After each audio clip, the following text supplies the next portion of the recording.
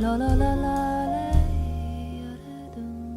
mis sinagi oled meie kiike jääle, mis sina ägad meie hälli kiike jääle, kiike kiab kinda aida kiike jääle, aluslauda ande mida kiike jääle, hälli häida säde paelu kiike, mis sina kiab meie kiike mis sina ägad meie hälli kiike jääle, kiike kiab kinda aida kiike jääle, aluslauda ande mida kiike jääle, hälli häida säre paelu kiike. La la la la la la la la la la la la da da da da da la la la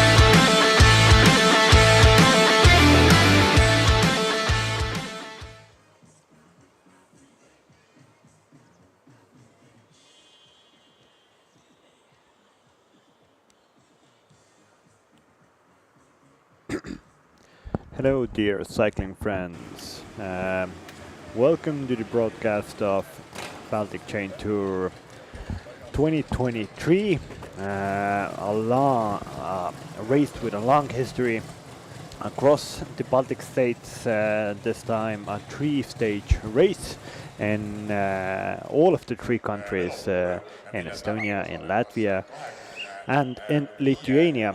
Today's start is from Estonia, from Tartu, in front of the Estonian National People's Museum, very historic place for the start of this iconic tour. The weather is good, 19 degrees, pretty much no wind at all, a lot of humidity, but as you can see, really cloudy, but hopefully the riders won't get rain today. This year's race is a very packed field. We have 25 teams with a strong bunch of guys going for the win in the Baltic Chain Tour 2023. Here is a few shots before the start, some last technical checks for the bikes, last nutritional stuff for the riders. It's a long stage. It's almost 200 kilometers, 199 kilometers. It starts here from Tartu and it goes even more down to the southern part of Estonia, to Valga. It's a border city with Latvia, where we will have the finish this afternoon. So it's a really Baltic story that we have pretty much the finish on two countries' borders. So it's nice. Here we have one of the favorites, probably the Maloja Bushbikers team, just going through all of the tactics before the race with their director sportif. And also here is the start list for this year's race. As I told you, we have 25 teams this year starting in this tour.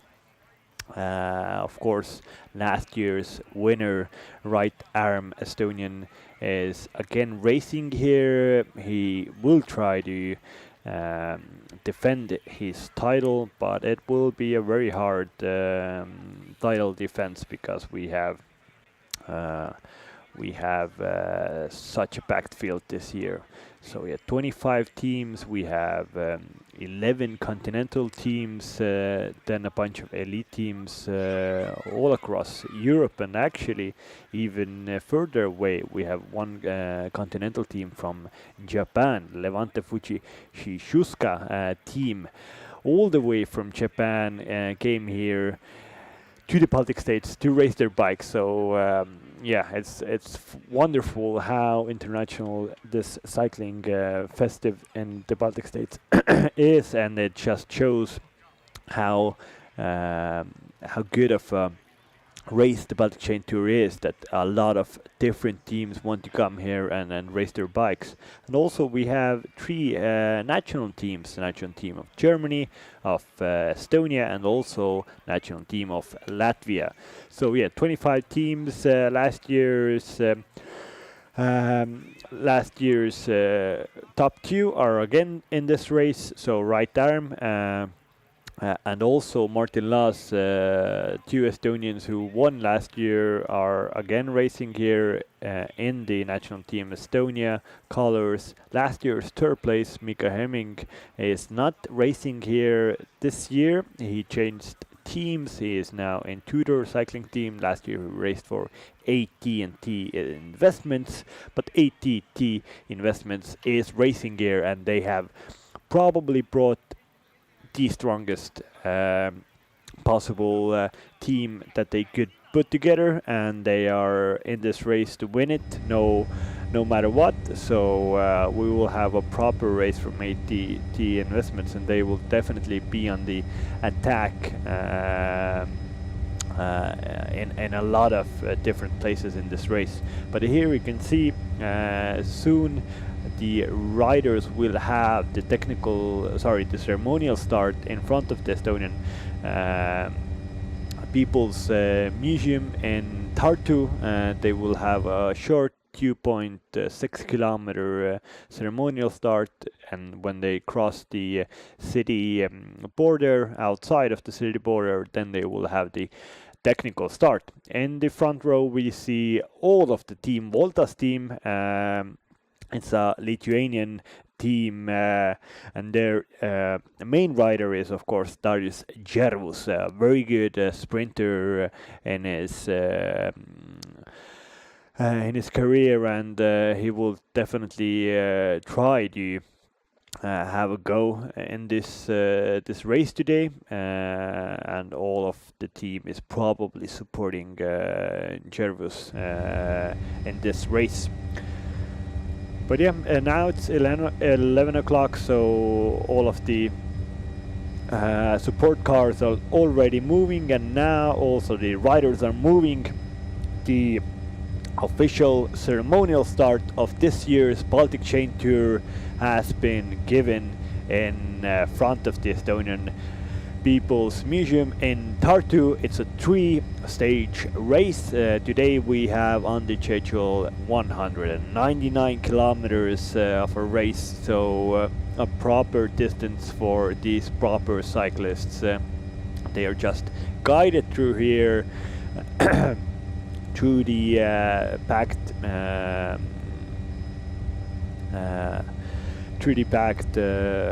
parking lot and out of Tartu. Tartu is the second biggest city in Estonia, a very nice university city in the southern part of Estonia. So when you visit Estonia, definitely have a go in Tartu. A very nice river flows through Tartu that is superbly nice in this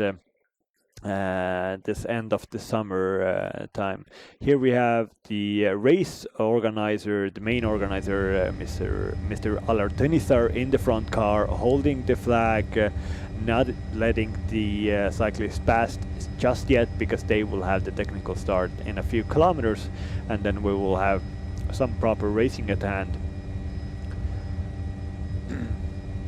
But yeah, 199 kilometers today, and we have 3 intermediate sprints. The intermediate sprints are very important, because those not only give you a bunch of euros, but they of course and they give you a little bit of time bonuses. And if we look at the last year's race, the race was only decided by a second, so these 3, 2 and 1 seconds in the intermediate sprint could actually play a huge role at the end of the tour on Sunday, when we finish in Lithuania, and when we know who is going to be this year's winner.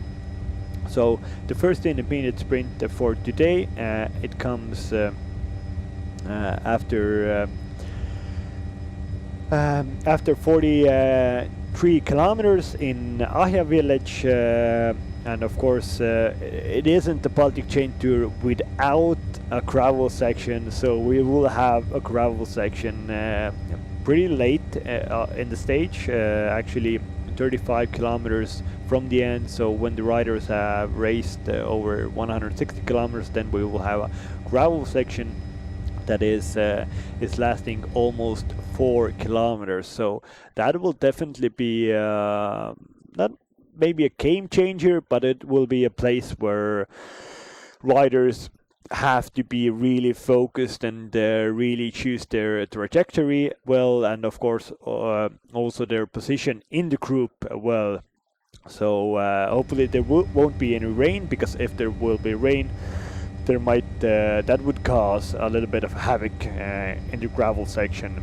But let's see. Hopefully the riders will have a good end of the stage, and nothing bad will happen in the gravel section for any rider.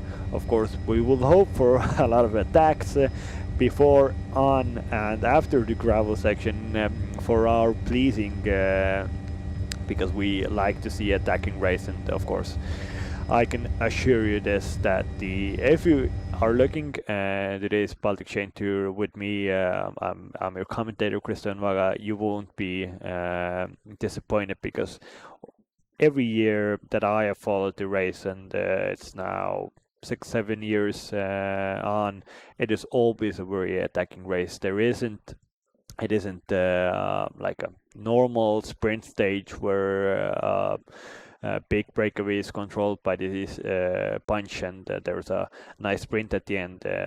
That is not the case in this tour. There will be a lot of attacks, and now the riders have actually gotten their technical start.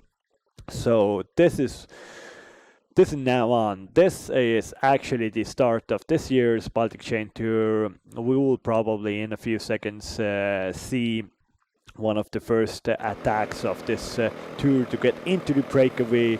On the left, please guys, be safe, just jumping over the road furniture. Some Estonian guys are coming back to the punch now. That is Gleb Karpenko,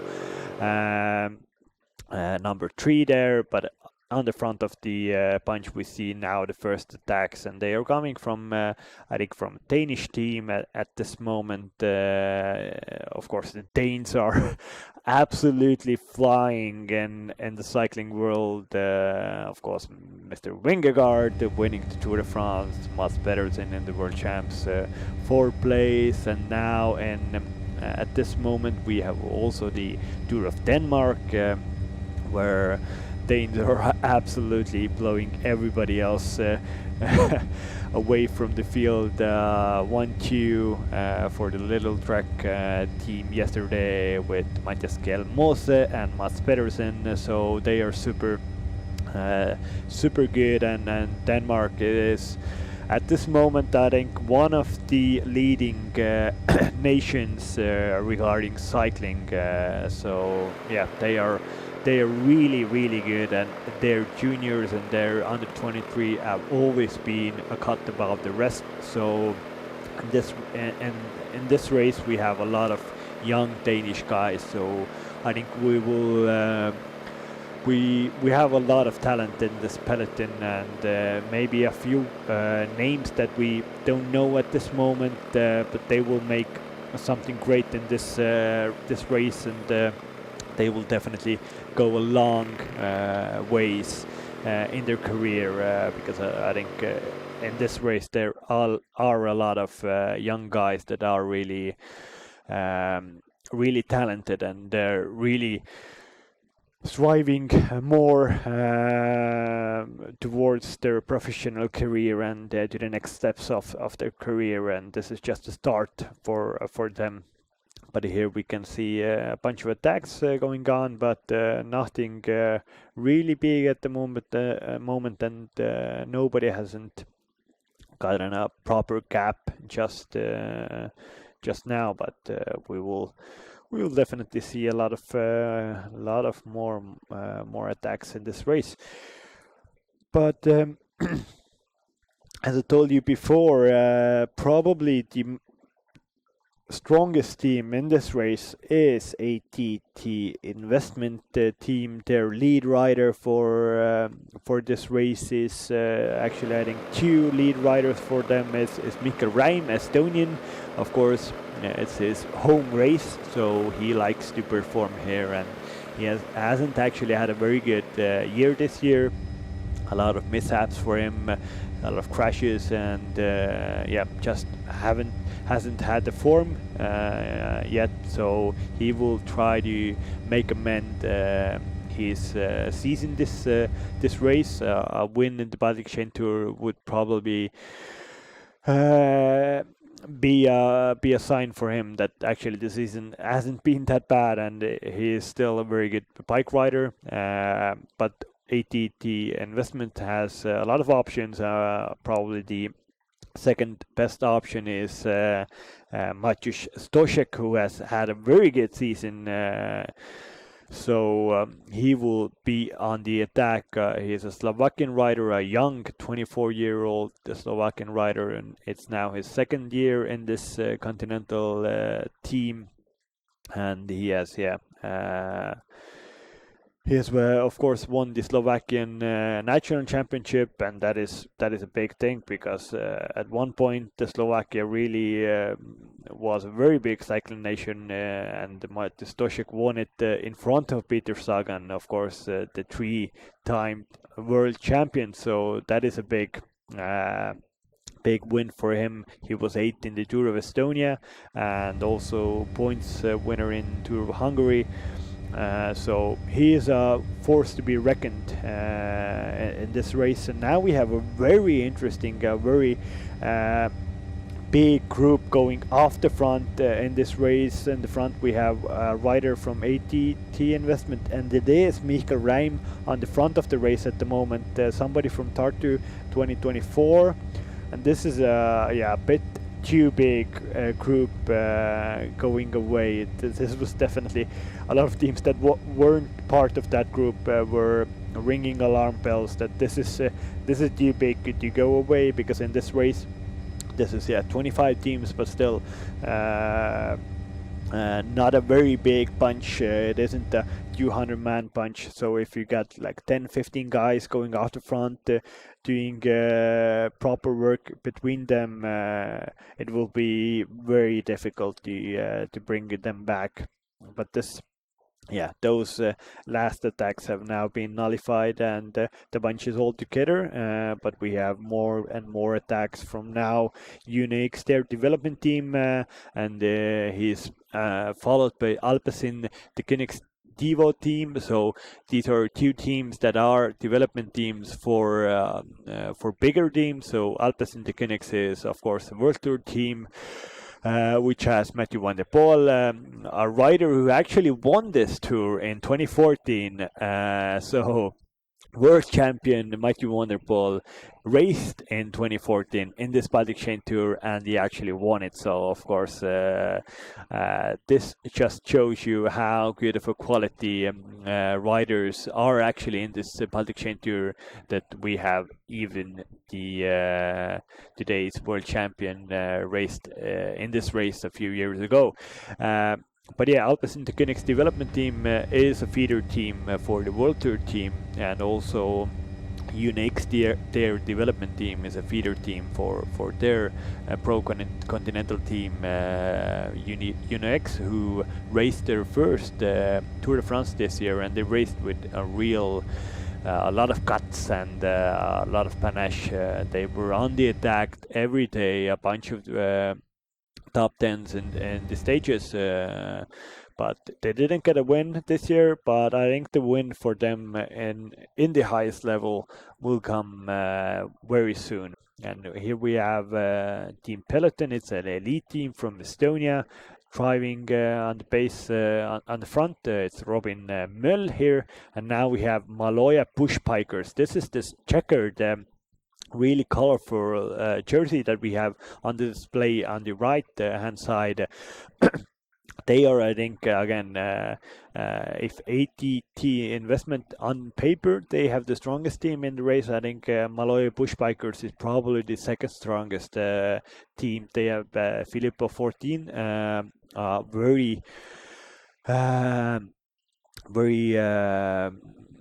a rider with a very big career and a very good rider with good sprints. He has raced in the pro peloton for almost 15 years now, so he's very he knows all the tricks and tips that he has to do to win a race, and he is a guy that you don't want to go with him to the finish line because he is very, very fast. Filippo 14 from Maloja Bush Bikers is number 51, is definitely a man to look at in this race. He won a stage in Tour of Estonia, start in the spring of this year, so he is definitely in very good form, and Maloja Bush Bikers are in this race to also win this race. So I think, and if we talk further about teams, then probably the third strongest team is actually the Estonian national team, because they have last year's winner and runner-up, winner right term, runner-up Martin Laas, who is probably the only World Tour rider in this race today. He typically rides for World Tour team Astana team, a team that of course has also Mark Cavendish in their roster.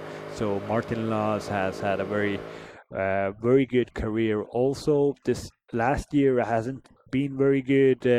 He lacked a bit form at the start of the year, and then when he got into form in the ZLM Tour, then he crashed badly and hurt his hand and had to take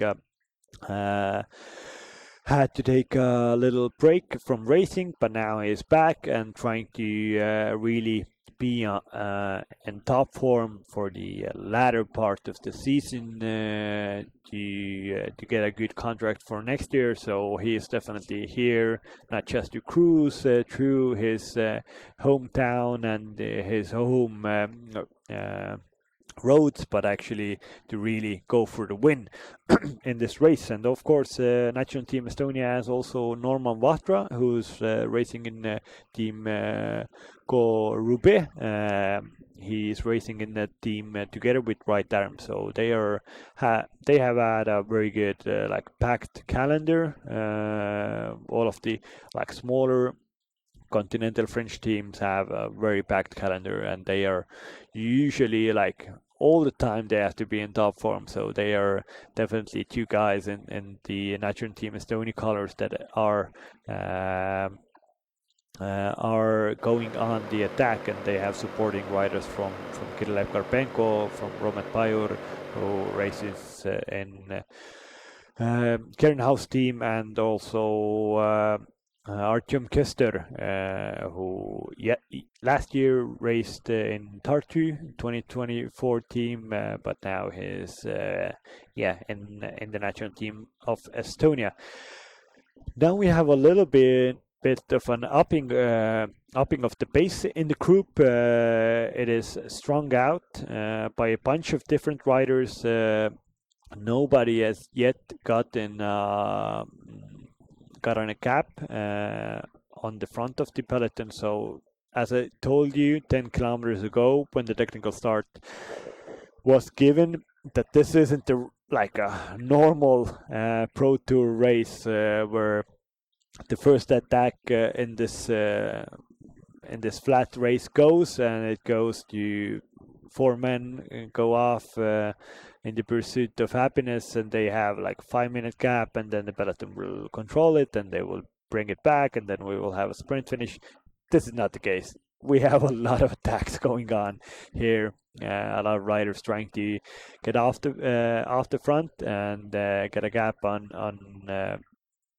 their competitors. And we see also, we don't see on the lens, but you can see in the camera camera angle that it is raining. Actually, it is not raining bad, but it's a slight drizzle, so that will make definitely the end of the race pretty funny in the gravel section, and in the technical run in into Valga, our finishing town today. So we will have definitely a very interesting and a very hectic final today. A little shaking of a picture, that's okay. But one rider, is now off the front. I don't see the number for him, but he is now slowly but surely brought back, and we again have the whole peloton all together. And pretty much, I think they are just waiting for the next attack. There isn't anything other to do, because we know that the attack will come. These riders know that the attack will come, and it is now coming from the right side, from a Danish team going off the front here. Very nice attack. His teammate was on the front of that bunch at the time of the attack, so yeah, your teammate doesn't do anything when you attack, and that is a very nice tactical move to get a little gap on this group. And this is like the first time that somebody has gotten a gap that is more than 20-30 meters, so definitely a lot of these riders would like that a small group of not very big big favorites will go off the front, that the race in the group would be a little bit easier. Let's see, will that happen or not? At this moment, it is again brought back by a bunch of riders, and we have again Mikael Reim, ATT investment team, is really following a lot of moves on the front, and we have also Alpecin the Koenigs team really active and on the front of the group. They have 2 riders off the front at this moment, so they are really trying to put at least 1, maybe 2 riders into the breakaway to have an attacking race. And we see on the head of the bunch that there are a few other Alpecin riders there. So they have they look to be that they have a proper plan for today, not just see what other teams are doing, but they want to put the other teams on the back foot. So they have 4 riders in the first 20 riders of the bunch. So they are really good at the moment, and they are showing that they are a class above the rest. Definitely one of the most professional teams in this race is Alpecin the Koenigs. They have very good support from their team, and they are a feeder team for a World Tour team. So definitely a lot of help also from the World Tour staff, and definitely a lot of World Tour riders come and teach, mentor these young guys to be better cyclists. So it's definitely a superb project for young riders to be part of. But now the group was all back together for a few seconds, and now we have another attack going off the front, and it is still raining in this race. The start of this day, it's pretty simple. Road-wise, technically wise, it's pretty big roads, not a lot of twists and turns, so the rain isn't going to really make a big change in this race at the moment, and it's not that cold either. It was 19 degrees at the start of the race, so probably, yeah, it's a little inconvenient, but it shouldn't really bother these riders too much. This rain, I think it's okay for all of these guys. Even maybe a bit better than 30+ degrees that we have had in the Baltic states and all across Europe at this point. So I think it's a little chill of rain is makes racing really nice, and it is really. It makes Baltic Chain Tour a bit more Baltic Chain Tour when we have a little bit of rain. It would be weird if we would have La Vuelta weather in this race. So let's see how it evolves, but it probably won't go very bad today.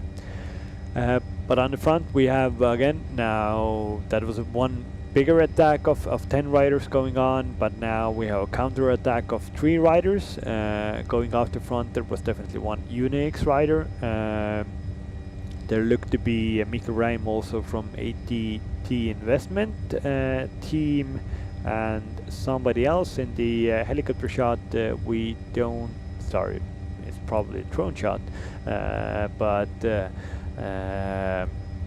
Yes, one definitely Mikkel Reim is there, definitely one UNX rider, and it looks to be also an Alpes in the Königs rider. So 3 of the 3 very big teams. Sorry, it's not Mikkel Reim, it's UNX and then Alpecin, and the Lithuanian team is now bringing this back. It is Kaunas cycling team. Marceli Boguslavski from Alpes in the König development team.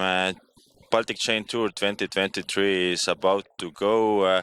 Estonia is no strange place for you. You have raced here before. What are your and your team's expectations for today?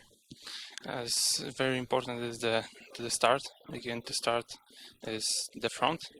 But the gravel section is very important for the team, and together to win the stage.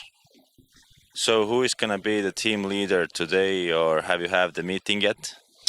Today's team leader is the more good riders in the final climb, and Henry is good climber. Okay, but if there is going to be a sprint finish, who is the fastest guy of you? And the sprint is short climb. It's a very hard finish. Maybe Henry is good rider on the short climb. Okay, but I wish you and your team good luck. Thank you.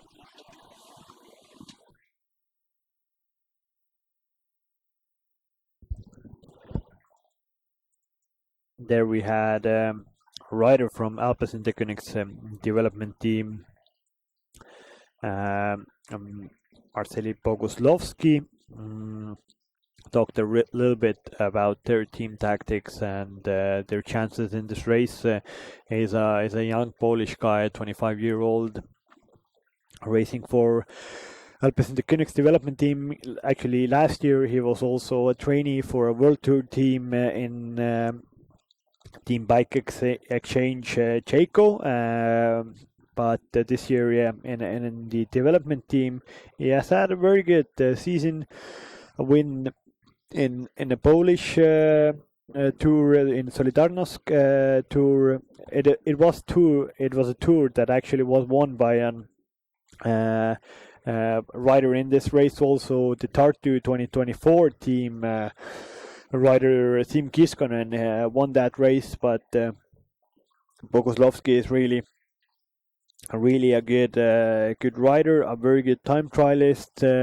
So he is a guy that you shouldn't let off the leash in this race. But they have a very strong team, and they talked a little bit about tactics. And at the end, he just said that they will take the decision in the race between the riders that who is feeling best in the race, and then they will have a go for that guy who feels the best in the race. But on the right side now we have Tartu 2024 racing actively. It's Alex Krust going on the attack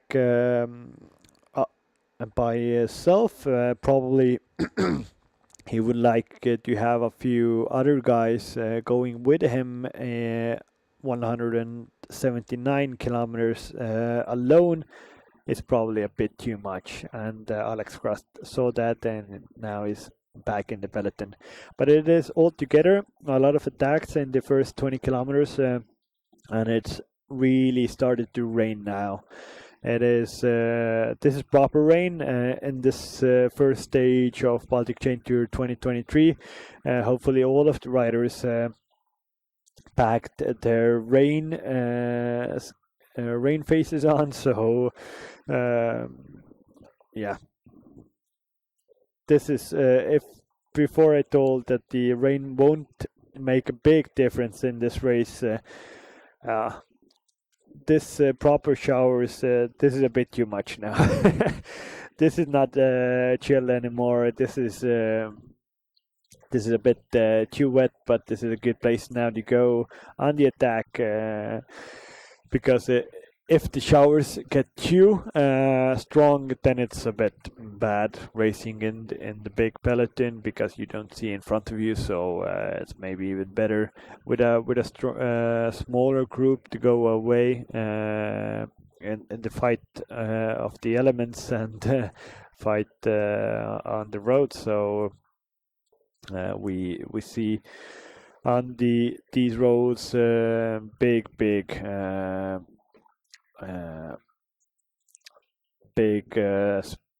splashes of water on the roads, and hopefully everybody will stay safe. There isn't any crash caused of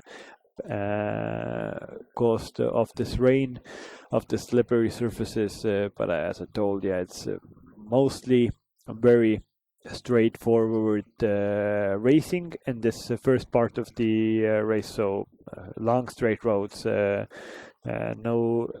twists and turns, so everybody should be safe.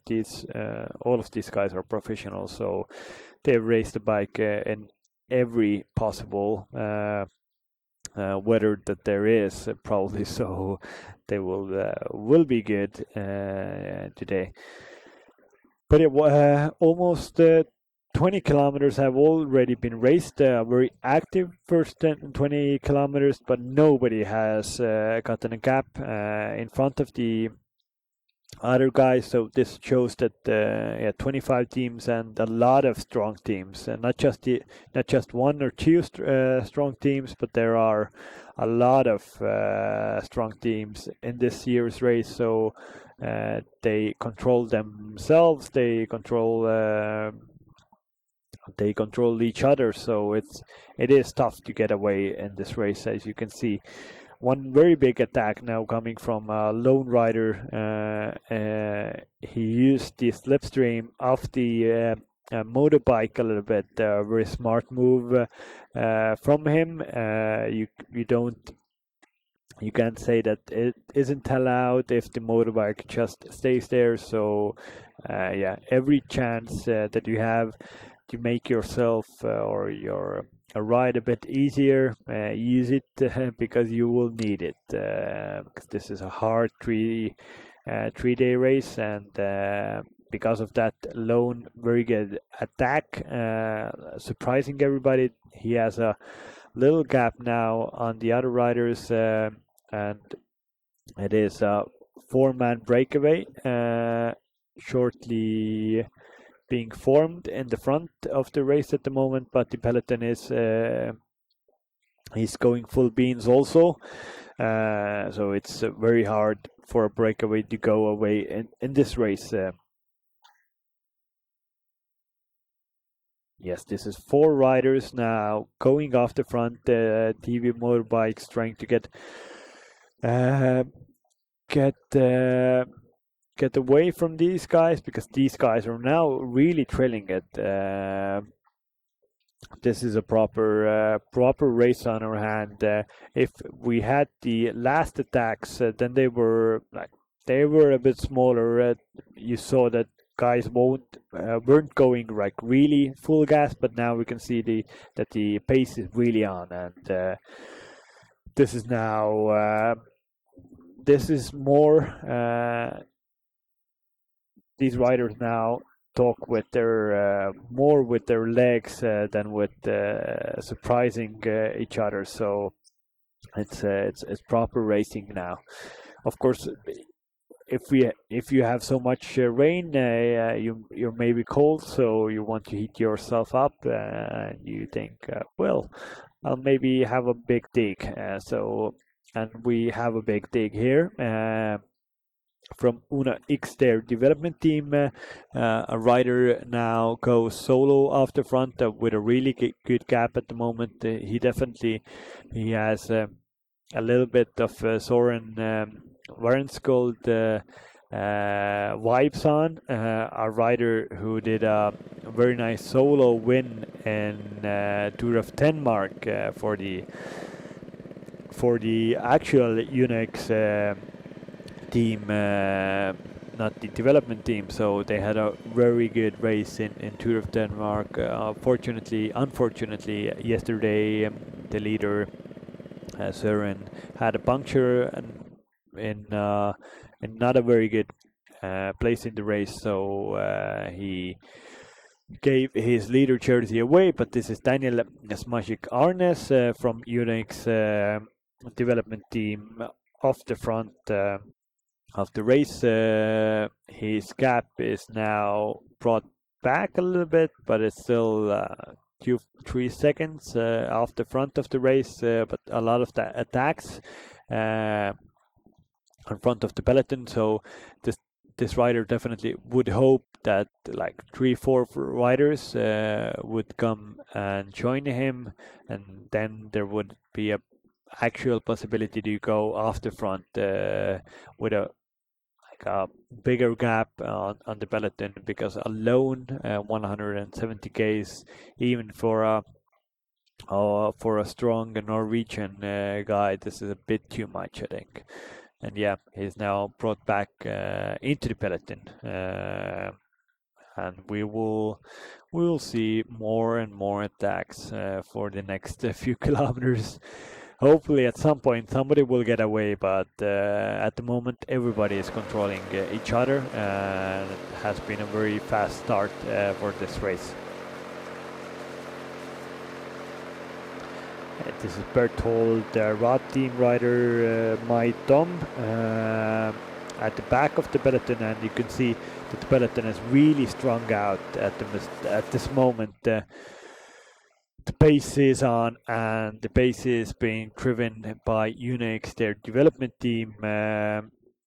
He is being followed by Michael Reim from ATT Investment, also Artyom Köster from National Team Estonia, a rider from Alpecin Deconics team, and they are now really putting the pace on. A lot of riders are in the gutter, as in cycling you say, when riders are so near to the side of the road that they are literally riding in the gutter of the race. So the bunch is really strung out. This shows that the pace is on. Some Tartu 2024 rider showed with his hand that now all of my teammates, please go to the front, please try to attack, because this is the place to really break a little bit the peloton, or at least break the peloton to the extent that you get away with a breakaway group. So we'll see if we will get some more attacks from the front of the bunch. Our rider is now solo off the front. He just checked his bike computer. and he is off the front a little bit.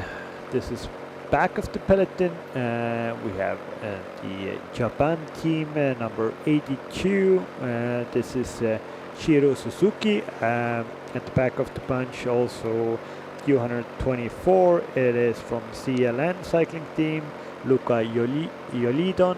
And we have 143. We have Carl Anberg from Svealand cycling team. Svealand cycling team was last year really good and really attacking on the front of the race.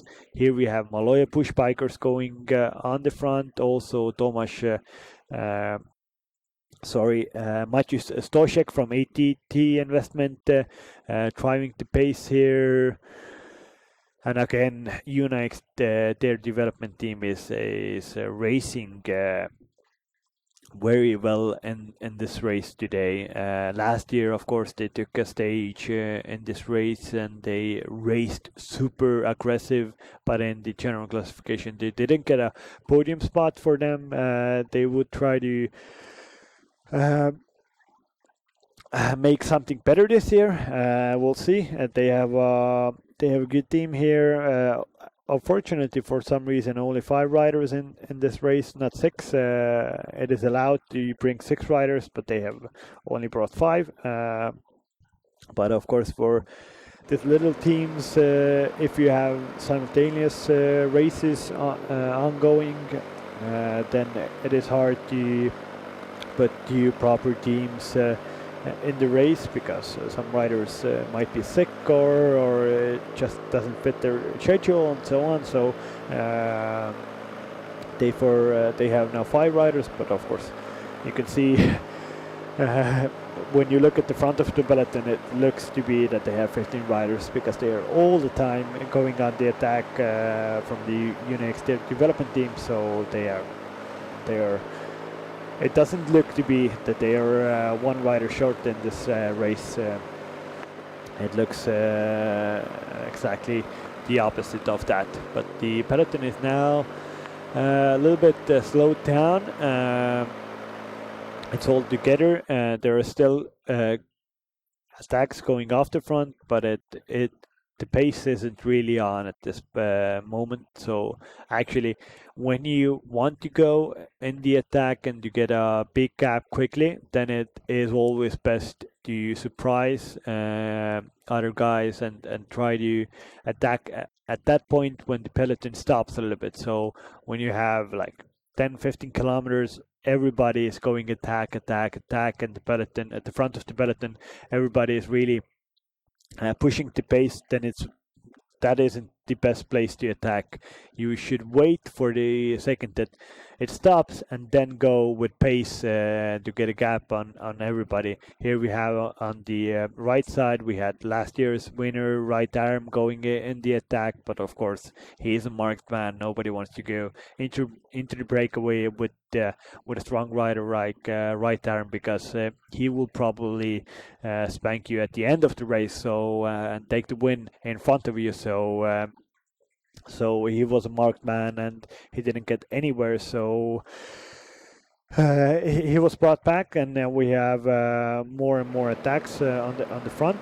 Here we had the graphic showing that the intermediate sprint is actually already in 10 kilometers. We will have the first intermediate sprint in Ahja village. This is a nice little village in the southern part of Estonia, and this intermediate sprint will have 3, 2, and 1 second bonus seconds in the race. So this is definitely very important for the riders, I think, because we are now so near the intermediate sprint that we won't have a breakaway before that. Probably the Peloton will take the intermediate sprint altogether. They will have a proper sprint in Nahia village for those 3 bonus seconds, and after that there will be more and more attacks, and probably at then some kind of a breakaway group will get off the front in this race. Here we have 52 Liam Bertasso from Maloja Push Bikers there. Also now again Unix, their development team, is putting the pace on the front of the race. It looks to be again Daniel Arnes, who was at some point off the front of the peloton alone. He's really pushing, but nobody really wants to work with him. It's now almost a 10 rider breakaway or a group that is trying to break away in the front of the race, and the pace is again on. There's a slight gap between this 10 guys and the peloton, but it's it looks to be that it is brought back, again all together. Strong out, but all together.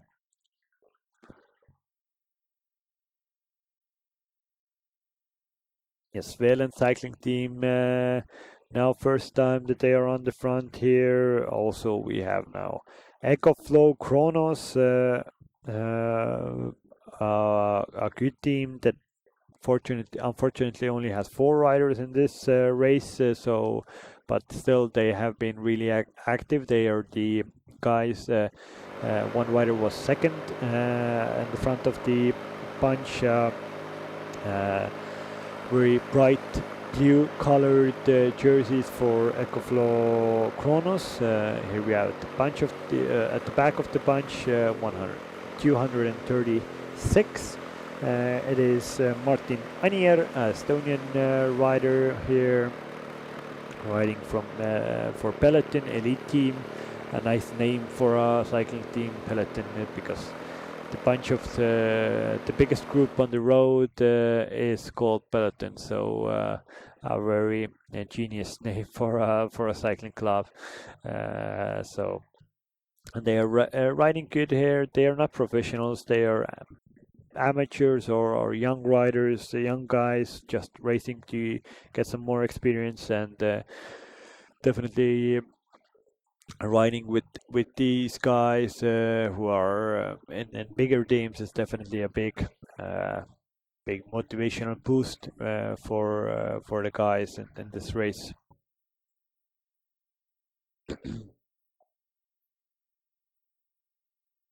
Again, one rider trying to go away solo, but going away solo isn't the goal at this moment, because it won't happen. You won't go solo for 165 kilometers, so you have to have some good friends with you, some good compatriots, some good teammates to go off the front. Do you really have a chance to that was that rider that was solo. He had some problem in this corner. It looked to be that he overcooked that corner a little bit,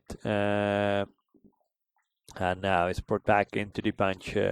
But still, more and more attacks going off the front of the peloton. It looks to be that riders are starting to get a little bit fatigued, not a lot, but still a little bit. That like for every attack the peloton doesn't react on the first second. They when the attack goes, they slowly just look who is on the attack, who is together with you. Do you have a teammate there? Don't you have a teammate there? And then you react. So it is being controlled a bit more than it was 20 kilometers ago, but it's it's proper racing. It's a little bit like junior racing. If you look at at the Glasgow Road World Championships, the junior race, there was attacks from the start, and all the time guys going off the front, coming back to the peloton, and so on. So it's a nice bike race to follow from your quiet and from your warm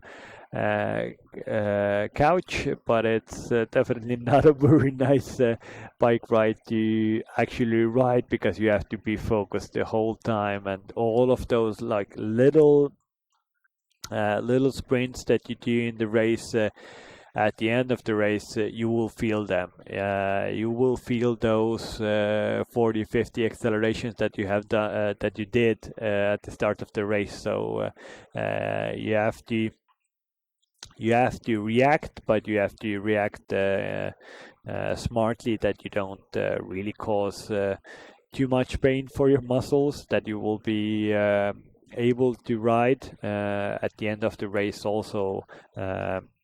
This is why probably a lot of guys are just at the back of the bunch or in the middle of the bunch, just saving their energy, not doing anything. And we have, of course, the second part of the bunch being on the front, going full gas, trying to get away. So definitely different tactics between a team. There are guys designated that you have to follow the moves at the first part of the race, that you have to control it, and there are guys that are being said that you have to really save yourself for the end of the race, and that is what makes the cycling a team sport, that you have a bunch of different guys in a race, and you have the same objective, of course, winning the race, but you have different tactics inside the team. How will you do it? So yeah, you have 2-3 guys that will follow the moves at the first part of the race to get off the front. You have a possibility to win the stage, or in a breakaway to get some bonus seconds there, and you have 1-2 guys that is saving themselves for the end of the race, when we will have the gravel section, when we will have that little climb just near Valga, and for the finish they will save themselves for that sprint. So it is a lot of different tactics, and you have to communicate a lot between your teammates in the race, because in this race they don't have team radios. The riders don't have a director sportif shouting into their ears that now you have to go to the front.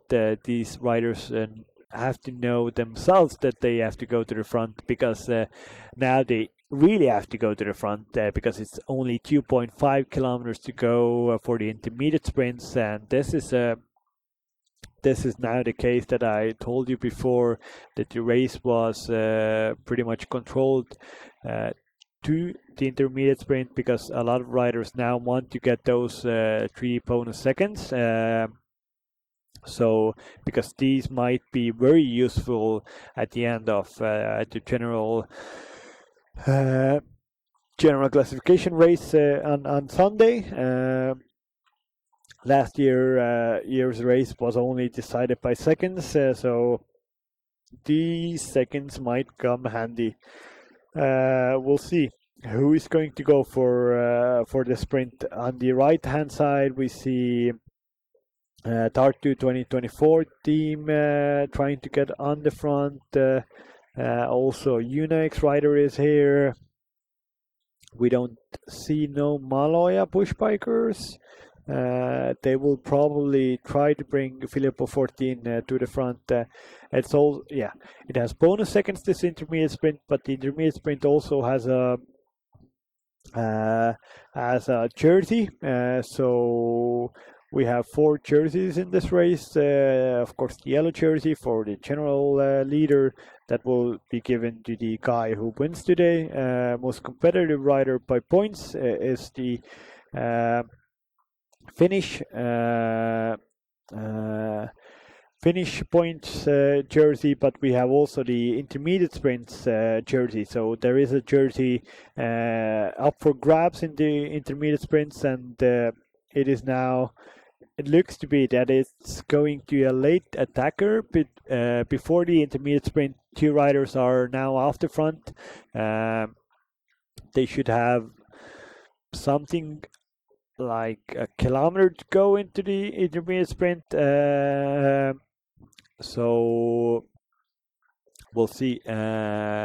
Will they be brought back, or will they get those 3 and 2 bonus seconds and 3 and 2 points in this classification, or will they be brought back and some fast guy from the bunch will get that intermediate sprint? We'll see. I can see the national team is gathering themselves on the front of the race. All of the team is on the front. It's Martin Laster, Norman Vatra, right arm. Also the national team of Germany is on the front in color order. A nice tractor is on the side of the road cheering on riders. Hopefully everybody misses that tractor. Yes, and they do. Superb. But yes, we have 2 riders with a 5-second gap off the front, and they will shortly be in the first intermediate sprint of the day. We have 3 intermediate sprints at this stage, and also, of course, the actual sprint in the finish line at the end of today's stage in Valga, but we have still 158 kilometers to go before we have that that problem. So at this moment, yes, it is 2 riders are off the front. I don't see the names of these riders yet, but we will shortly get the confirmation who is off the front. So we'll see.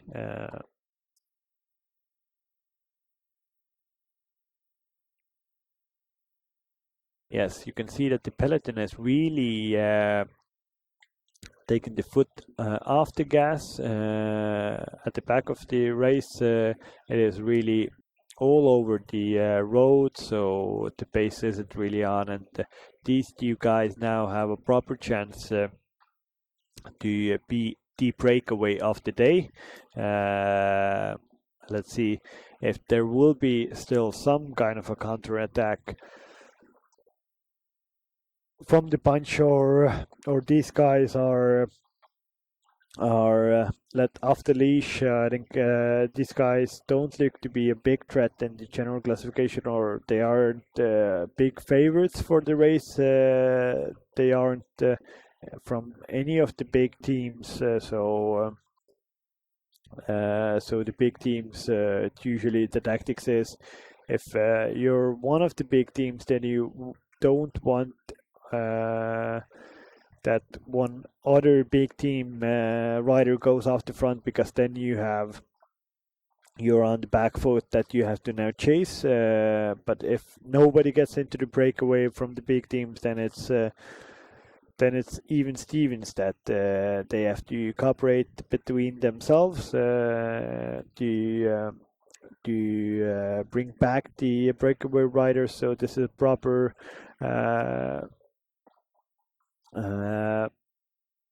properly good one for the big teams. And now we have also confirmation that one rider is Philippe Mart from Motala Air Serneke Alebike team, and the other one is from Kiekas If Skierping, number 201. So yes, now we have also this confirmation on our screens. Philippe Mart and also Christopher Skierping, a Swedish and a Norwegian guy, are off the front in this first stage of Baltic Chain Tour.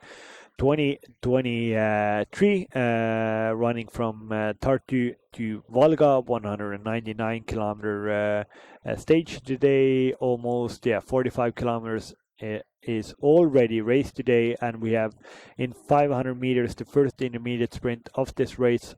The 3 and 2 bonus seconds will go to these riders, Philipp Mart and Skerping, and 1 bonus second is still up for grabs for the peloton, and we'll definitely have a good sprint to the line from the peloton. We can see some kind of attack from Alpecin, the Koenigs riders, and we have a proper sprint here also, but it looks to be that 201 Skerping got that 3 seconds. Alpecin, the Koenigs rider, was third here. I didn't see the number, but it shows that Alpecin, the Koenigs is really, they are meaning business. Their riders are riding tactically, and he got that 1 second from the peloton. But yeah, so Skerping won that first intermediate sprint, and he's now the virtual leader on the road with 3 bonus seconds. And Philipp Mart was second. We will shortly have the confirmation on the road that who was the third Alpecin the Koenigs rider in that intermediate sprint. And now we have also a big acceleration from the bunch, and new guys are coming into the breakaway group now. A rider from Unax development team is now joining these new guys here. Also Alpecin, and one other rider from is joining them. So we have 5 riders at the front at this point. Now it's yes, Philipp Mart is a little bit already feeling the effects of that last attack with Skerping, so they are a bit in difficulty at this moment. But it's a Unix, their development rider from, and also with Kiekas if Skerping at the front of the race at this moment.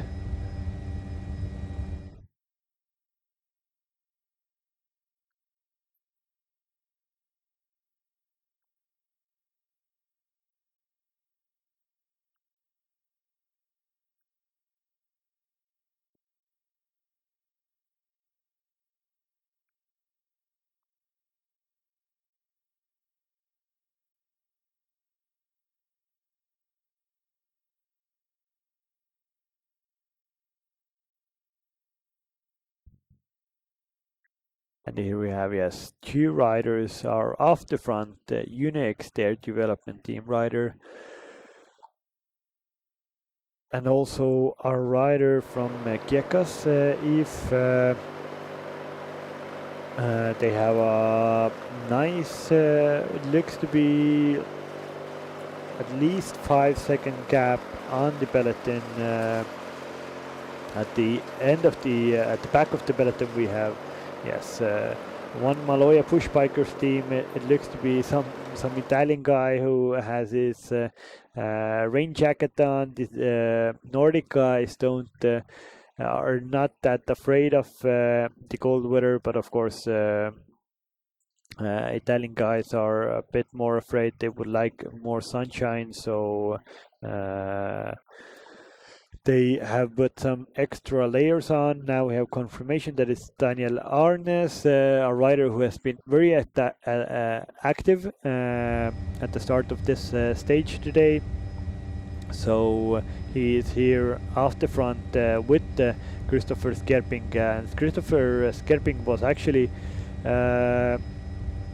he raced in this Norwegian development team in 2019, so he was a very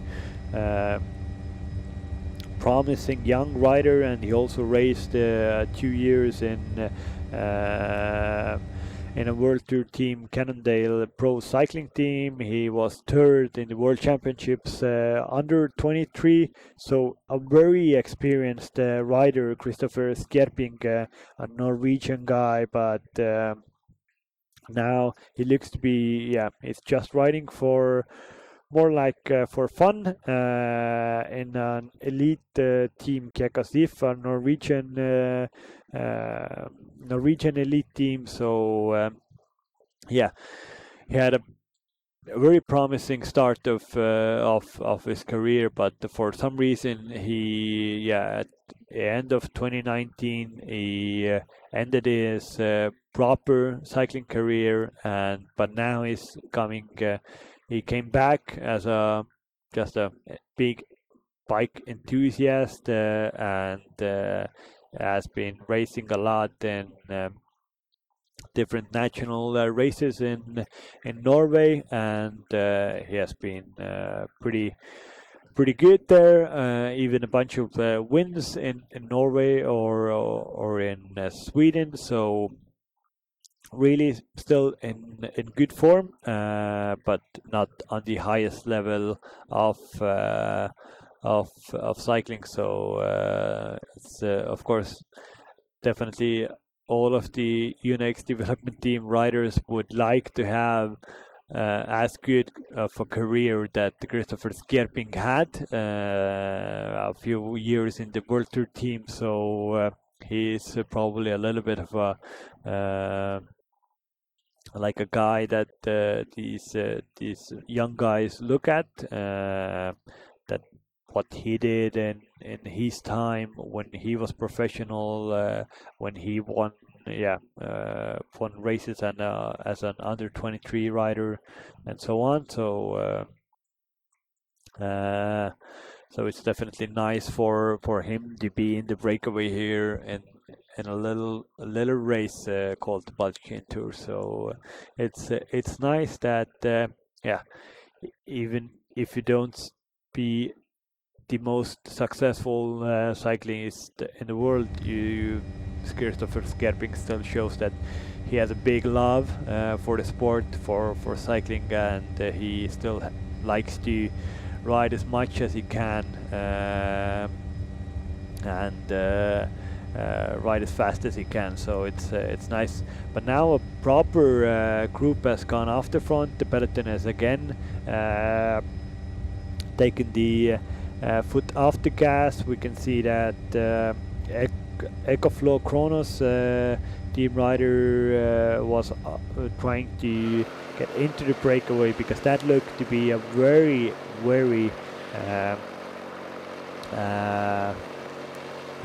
good and big breakaway, a group of riders going off the front of this race, and this could be dangerous for all of the other guys that are left in the peloton, because we can see at the front there's two riders, those two Norwegians and a little gap, and then there were like 6-7 riders. So if they merge, they have an almost 10 rider breakaway group, and that is definitely a force to be reckoned with in this race. We will shortly see what is the gap and what is the what is those riders.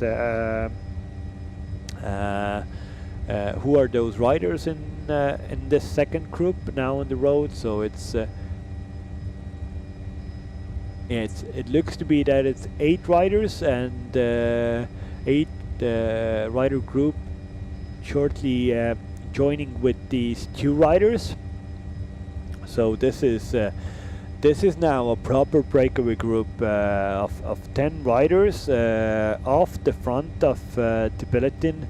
We will soon see who these riders are. It looks to be that definitely somebody from ATT Investment.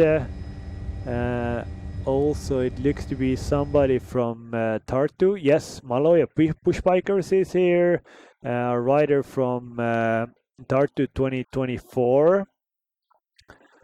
And sorry, no ATT Investment rider in this group. but here we have Daniel Arnes from UNX, Aron Aus from Tartu, Mattias Gunnar Malberg from Malawi Pushbikers, Karl Kagevi, Morel, Vincent van Dorp. Vincent van Dorp are from Scorpions racing team. So a good bunch of 10 riders are off the front in this race. Yes, and this is strung a lot of big alarm bells at the front of the peloton, because this is a proper group, a 10 rider group going off the front. This isn't good for anybody, because definitely not good for National Team Estonia. They don't have anybody in there. ATT Investment doesn't have anybody in there, and Alpecin, the Koenigs development team, doesn't have anybody in there. So those three teams definitely have to chase behind in the peloton. Unix, their development, very good. They have a man in here. Tartu have a man in there, and Maloja Pushbikers. So three big teams have a man in there, and we can see Alpecin, the Koenigs two riders are on the front, really putting the hammer down to bring this back, because this isn't a good group going away, because it is a bit too big, and pretty strong also. Yeah, Karl Kagevi is a very good rider here. That is off the front also. Yes, Aron Aus, and you could see that the Unix, their development team rider, who was with Skerping off the front, he has showed himself from a very good perspective at this at the start of this race. So he has been very active, and definitely a force to be reckoned in this race. But at the back we can see a lot of guys are really panicking in the peloton. Alpecin, the Koenigs guys try to put the pace on to bring this group back. They don't like this situation at all. So we can see we started from Tartu. We're going down to more and more southern part of Estonia. We had one intermediate sprint. We have 2 intermediate sprints still left in this race. But second one is coming in approximately 60 kilometers of time, so a lot of time, more than an hour and 20 minutes until that intermediate sprint, and then we have last intermediate sprint 21.5 kilometers before the finish. But now we have commercial break.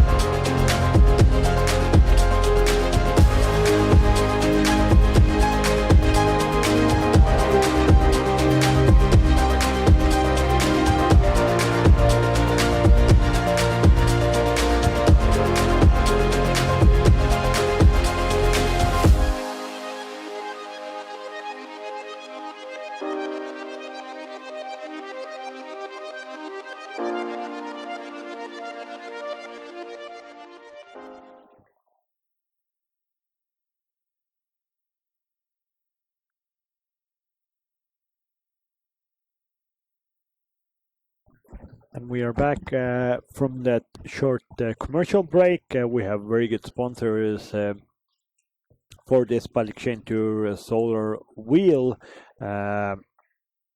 is a cool company, which mission is, of course, try to give a lot of businesses more energy independence, and this is so important in this time.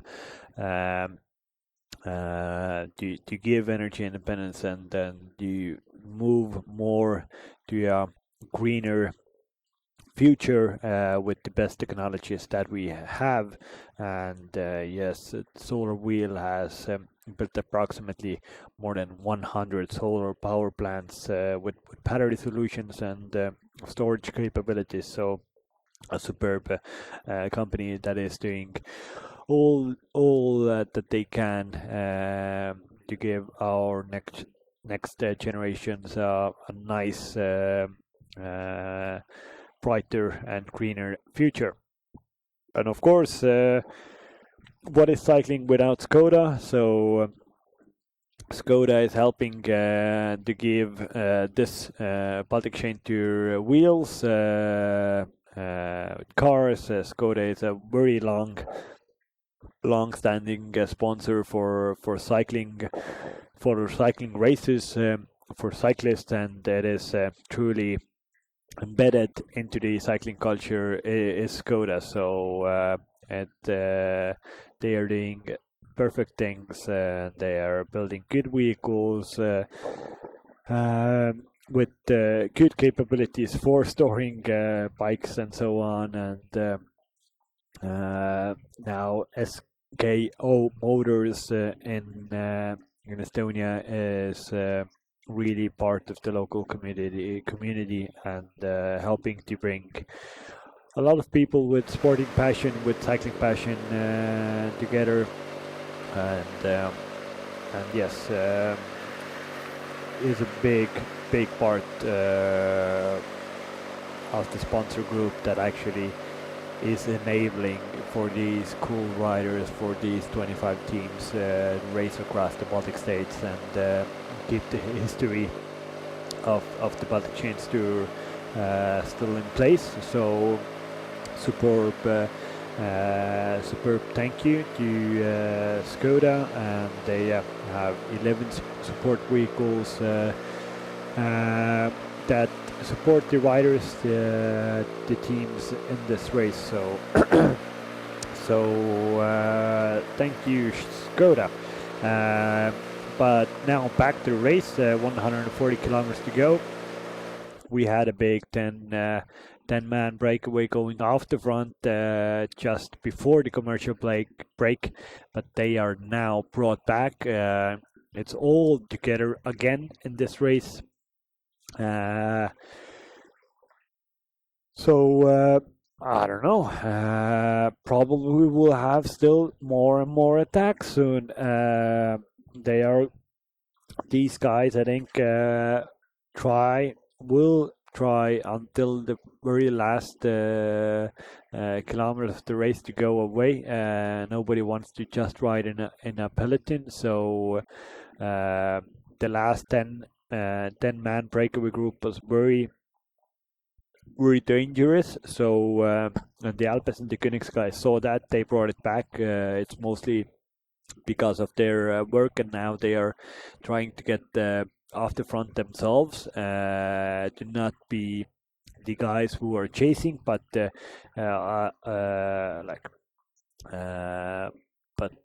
opposite, that they would be the guys that are being chased at. So they haven't got off the front, but of course for all their fans and sponsors, they would like that it will happen sooner rather than later.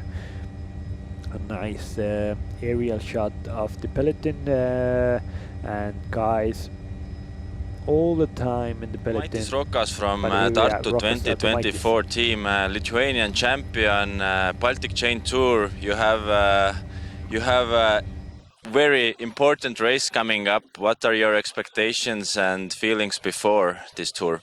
Well, hello everybody. So yeah, I'm straight after the injury now. I was training like for 1 month. I had a collarbone injury straight after Baltics. And yeah, now it's my first race. We'll see how it goes today, but we have like some plans with the team, and let's see what's up on today's plan. Have you already had a team meeting? What's your plan? What is going to happen in today's stage? What do you think? Yeah, yesterday evening we had a team meeting with Bogdanas, our DS. He have something prepared for us, like as always, some wind, some pulling, but we'll see on today's stage. This year's Baltic Chain Tour is gonna end in Lithuania, in your home country. Do you like the tour better this way, or do you prefer the other way when it ends in Estonia? Actually, I like this way because in the city in Panevėžys I am training a lot for the track racing. So that's a special city for me. Actually, it will be nice to race there. So you would like to win in Lithuania? Yeah, of course. A win is always nice. Okay, but best of luck for you. Thank you. That was Rokas Adomaitis from Tartu 2024 team, a Lithuanian national champion, just 19 years old. Rokas Adomaitis, a very good up-and-coming talent from from Lithuania. Tartu 2024 has a very strong team in this race, but unfortunately, yes, after winning the national championship, Rokas Adomaitis had a bad crash, collarbone injury. Now he's back. Maybe not in deep form, in top form, but still a good rider to look at in this race. But probably their team leaders are Markus Pajur and Siim Kiskonen, two young Estonian guys. Siim Kiskonen has already won a tour this year in Poland, in Solidarnosc. A very hard win for him. He won the first stage, and from there on their team controlled the race for Siim to win the race out and all. So a very good season for the Tartu 24 team and for Siim Kiskonen. But Rokas Adomaitis said that they have a lot of plans for today's stage. Their director sportif is a very well-known former Lithuanian rider Gediminas Bagdonas, who was a superb rider himself with a very good sprint, and now he is nurturing young talent in this Tartu 2024 team. The Rokas Adomaitis said that yeah, probably a little bit more wind at the end of the race will make it interesting, and also they talked a little bit about the tour itself. So every year the tour evolves in 3 Baltic states because it's a Baltic chain tour. But it's at 1 year it starts from Estonia, it goes to Lithuania, and some other years it goes the opposite, so from Lithuania to Latvia and then Estonia. But Rokas Adomaitis said that this is this way, that it starts from Estonia and ends in Lithuania in his home country suits him better, or he likes this better. Probably that after the tour he doesn't have a long commute back home, but he really likes the town Panevėžys. Panevėžys is the finishing town for our third stage, and of course for cyclists in Baltic states, Panevėžys is a very familiar place to be, because in Panevėžys we have the only indoor cycling track of the Baltic states, and this is a place where a lot of cyclists from all around Baltic states in the winter time come to train, come to race their track bikes, and Rokas Adomaitis has been a very good track cyclist in the juniors, and a lot of good power and good cycling skills have have brought him where he is today. So he's looking really forward to that third stage that ends in Lithuania, in Panevėžys. So hopefully he can make his home fans proud to do a good result in his home race. At the end of the bunch, we have at the moment one rider from Alpes Interkönigs team, Mr. Vanderpoel, but this isn't that super famous Vanderpoel Matthew, but it should be one other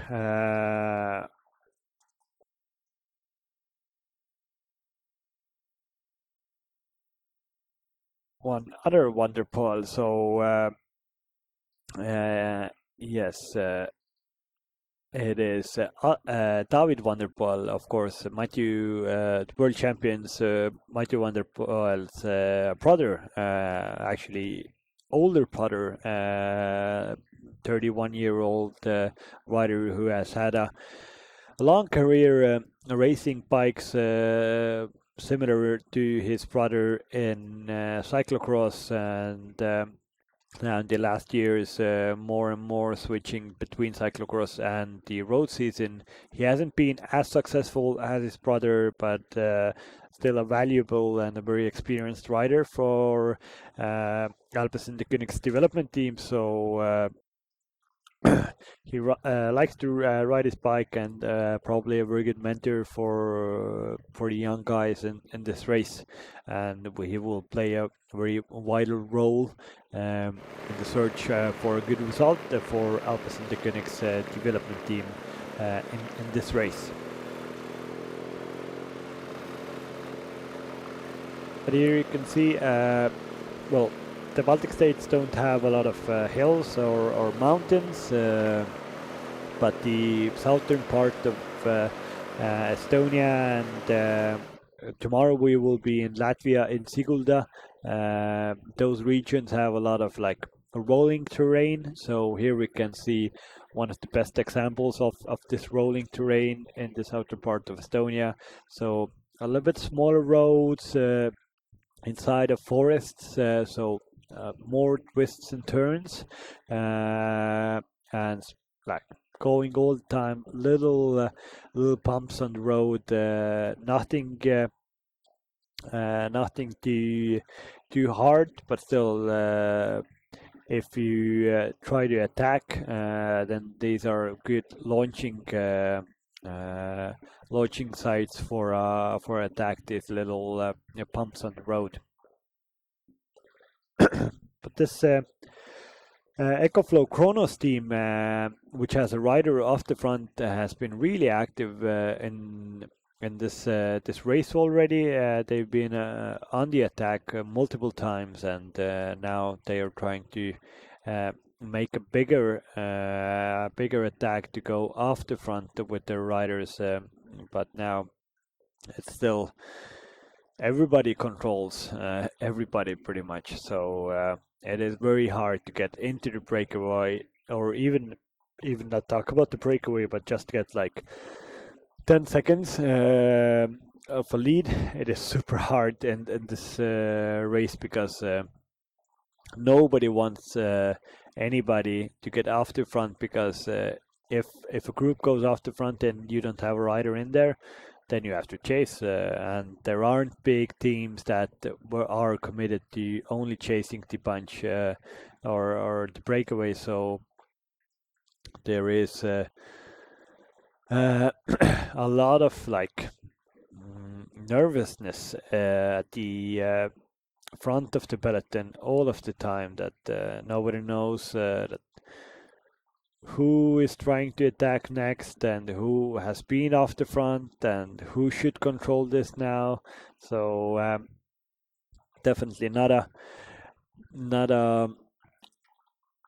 ride for cyclists or for these riders that is like super easy or super comfortable, because you have to be focused all of the time. You have to be focused. You have to talk to your teammates all of the time. What's going on? How do you feel? Did you go into the attack yet? Okay, that team is really doing great. We should follow them more.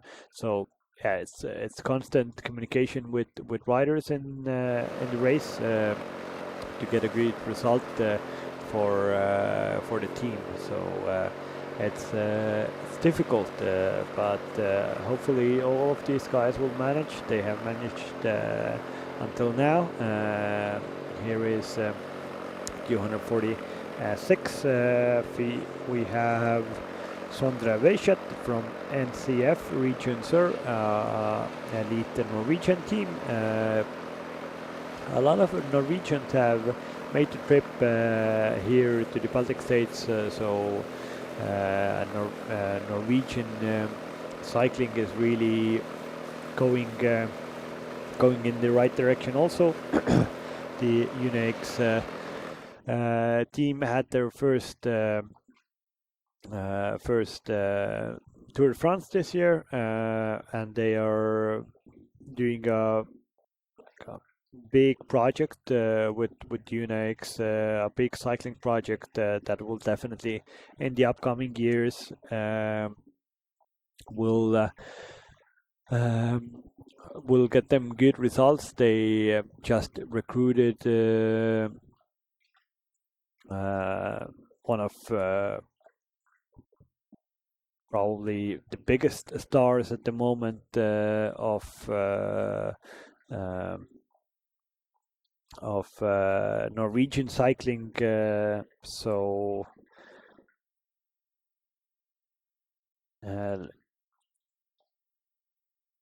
next year they have Andreas Leknesund, who started his career in the Unix Norwegian or Unix development team in 2018 and 2019, and then in 2020 he raced for that team, but then he got recruited to Team DSM, and this year he had a very good Giro d'Italia at the start of the year, where he held the leader's jersey at some point, and he was in the end 8th in the general classification. So a very good Giro and a very good up-and-coming star for Norwegian cycling, and now is from next year back in the Unix Pro Cycling team. So a team with a Norwegian team with a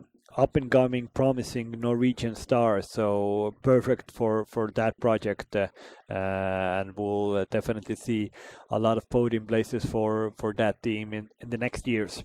But this we have again the development team rider here, Unix, their development team rider, and it looks to be again Daniel Arnes. If there would be a most competitive rider for this race, then from the first 60 kilometers I would definitely give this prize to this Daniel Arnes from Unix, their development team. But this is now a very good 10 rider, or even a little bit more, almost 15 rider group going away. We have 2 riders from Team Tartu, 1 rider from Unix, a rider from Alpecin, Romet Bajur from Nitrogen Team Estonia. We have also Maloja Push Bikers here. We have ATT Investment here. So a lot of good riders here trying to get away, and this is a very promising move. At the back we can see Norman Vahtra from National Team Estonia doesn't like this move going away, so he puts a little bit of a dig in at the front of the peloton. But Norman has a teammate in here, Romet Bajur from National Team Estonia, so it is interesting. Aloha to see. from the race route. The weather hasn't been treating us too well, and it's still raining a bit, much lighter than it was before. The roads are wet, but the weather is not so cold, at least. Judging by from the motorbike, I would say that the wind is not that big of a factor, as many other riders also told me before the race. Race has been very active. Right now as well, I can see a quite big punch there in front of me, behind me, trying to get away, but as there is so much strong teams, I think it's not gonna be an easy thing to do. That's it from me for now. Thank you.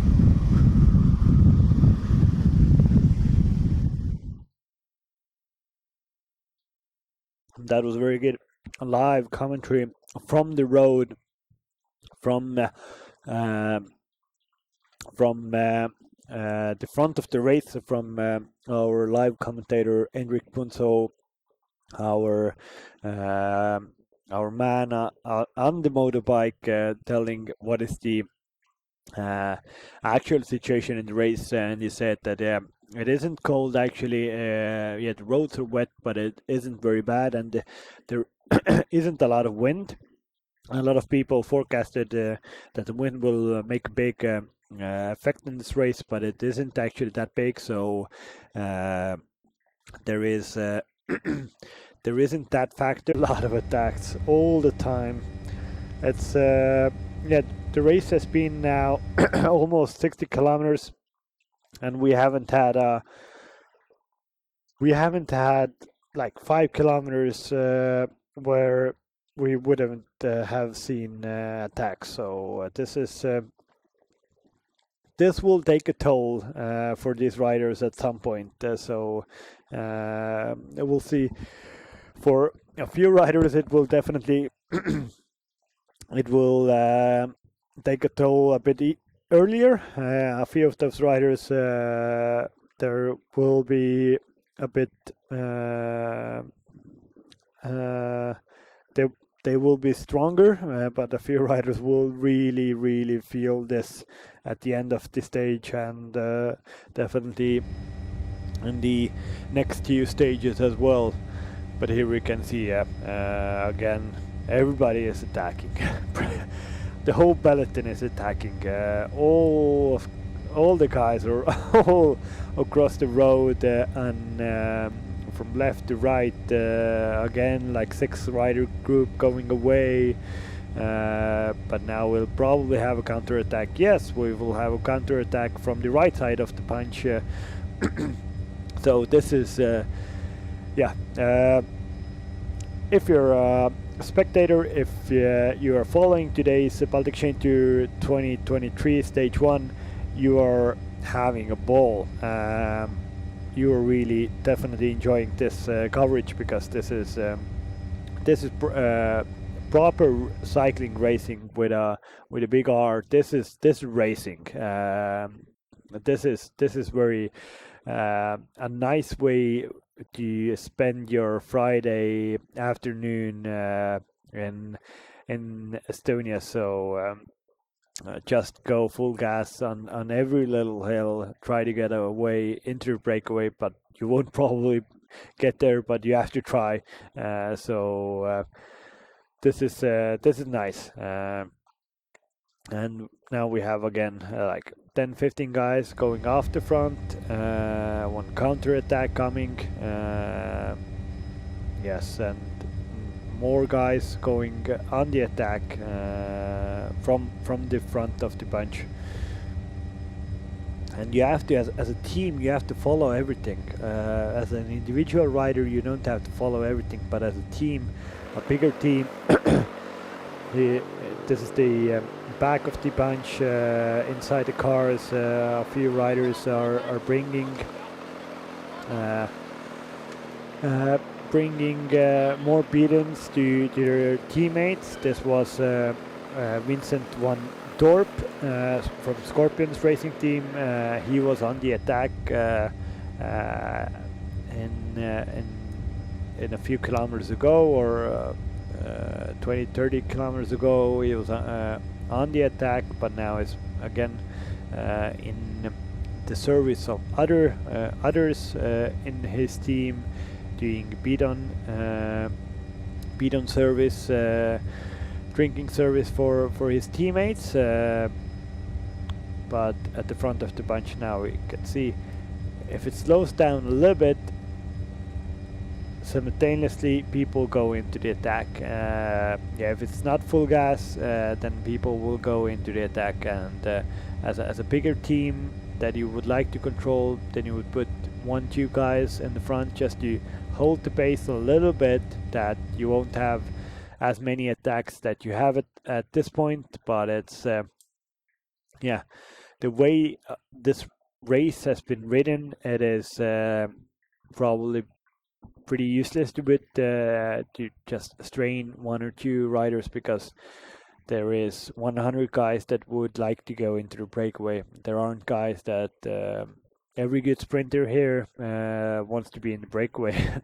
They won't try to keep themselves fresh for the finish, at least at this point. When it's still all together and we have like 50 kilometers to go, then people start thinking about more and more how to save themselves for the finish, how to not do unnecessary attacks, and how not to close unnecessary gaps. But at this moment it is nobody's really holding themselves back, because they know if they would get away with a 5 to 10 man breakaway, that would probably be the jackpot. It might just go to the line, because in these smaller races, in a 2.2 tour. Norman Mahtra from Estonian national team. You have again a team full of sprinters, hard to decide who is gonna be the leader. How are you doing it today? It's always hard to manage the race like this tactically. There are a lot of guys who we don't know, and we will focus like half the race, and then the second half of the race we take maybe another decisions. And we always need to be aware that tomorrow there have to be a leader who can climb also, so that he wouldn't be too far for GC for tomorrow. What do you think how the race is gonna go today, if you have to predict the scenario? It's very hard to predict because there is no wind. I think everybody is a little bit waiting for tomorrow's so-called Queen stage, and maybe there is not so crazy attacks like usually, because everybody is waiting for tomorrow. Yeah. How has your season been so far, if you have to say something about it? I think my level has been quite good and stable. I have done some results in West Europe also this year that I didn't do last year's, so I'm happy, because before I only did results in Eastern Europe, and I think my level has grown. Yeah, sounds good. What do you think, how much the gravel section is gonna be making difference today, or are you worried about this as well?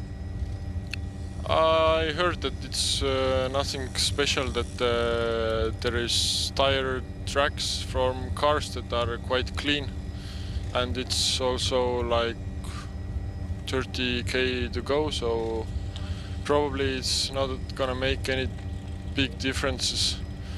I hope that nobody's getting too nervous about this, and nobody crashes because of nothing. Yeah, I hope all the best as well for you and your team. Thank you.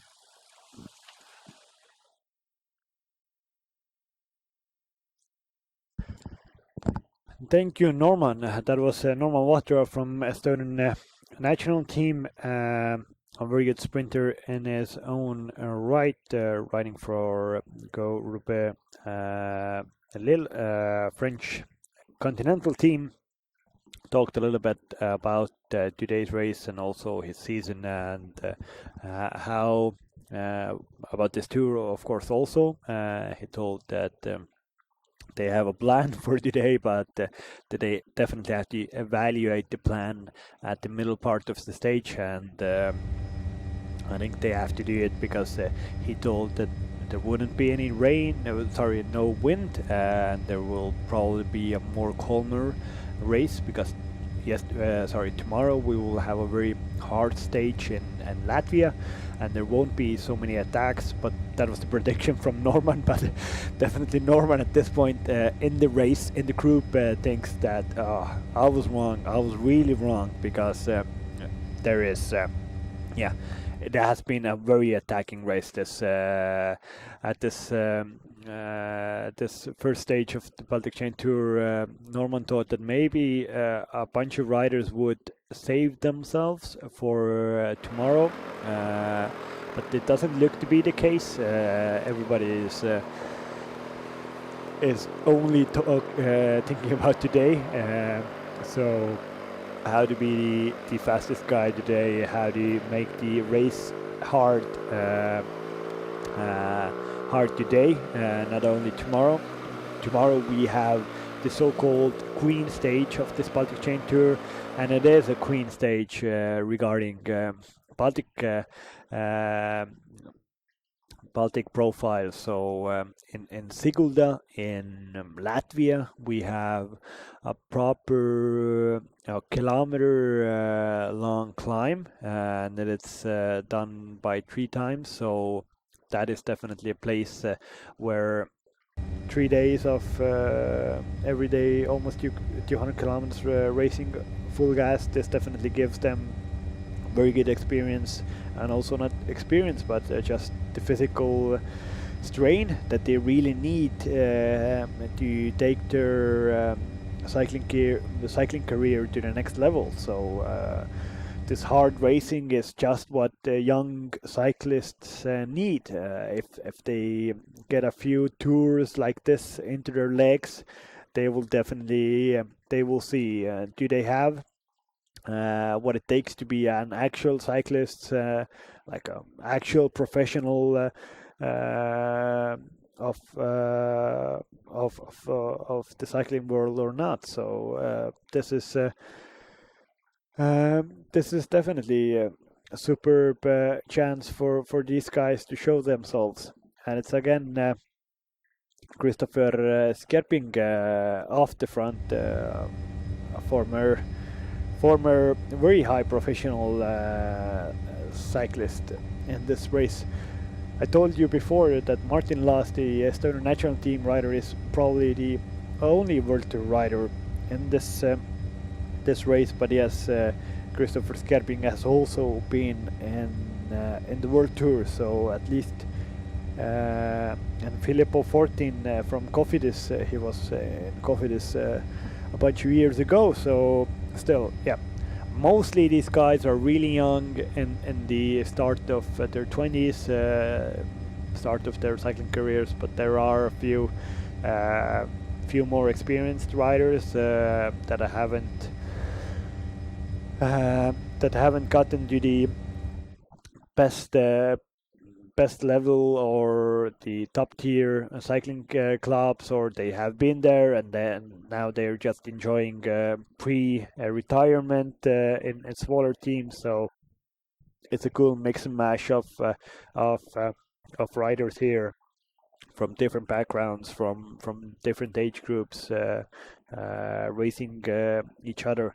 One thing is common for all of these guys, that they like to race bikes and they like attacking racing. So that's why they're here.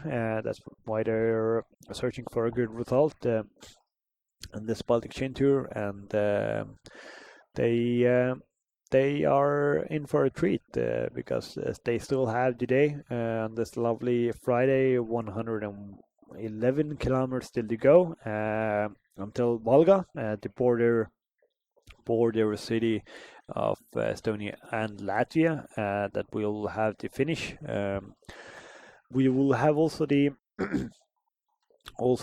next intermediate sprint in approximately 25 kilometers time. The first intermediate sprint was won by Skerping from Kiekas EF. That former World Tour rider Philip Mart was second there. Here we have from Danish Ceramic Speed Herning CK team Daniel Bligard taking the beat on from the car.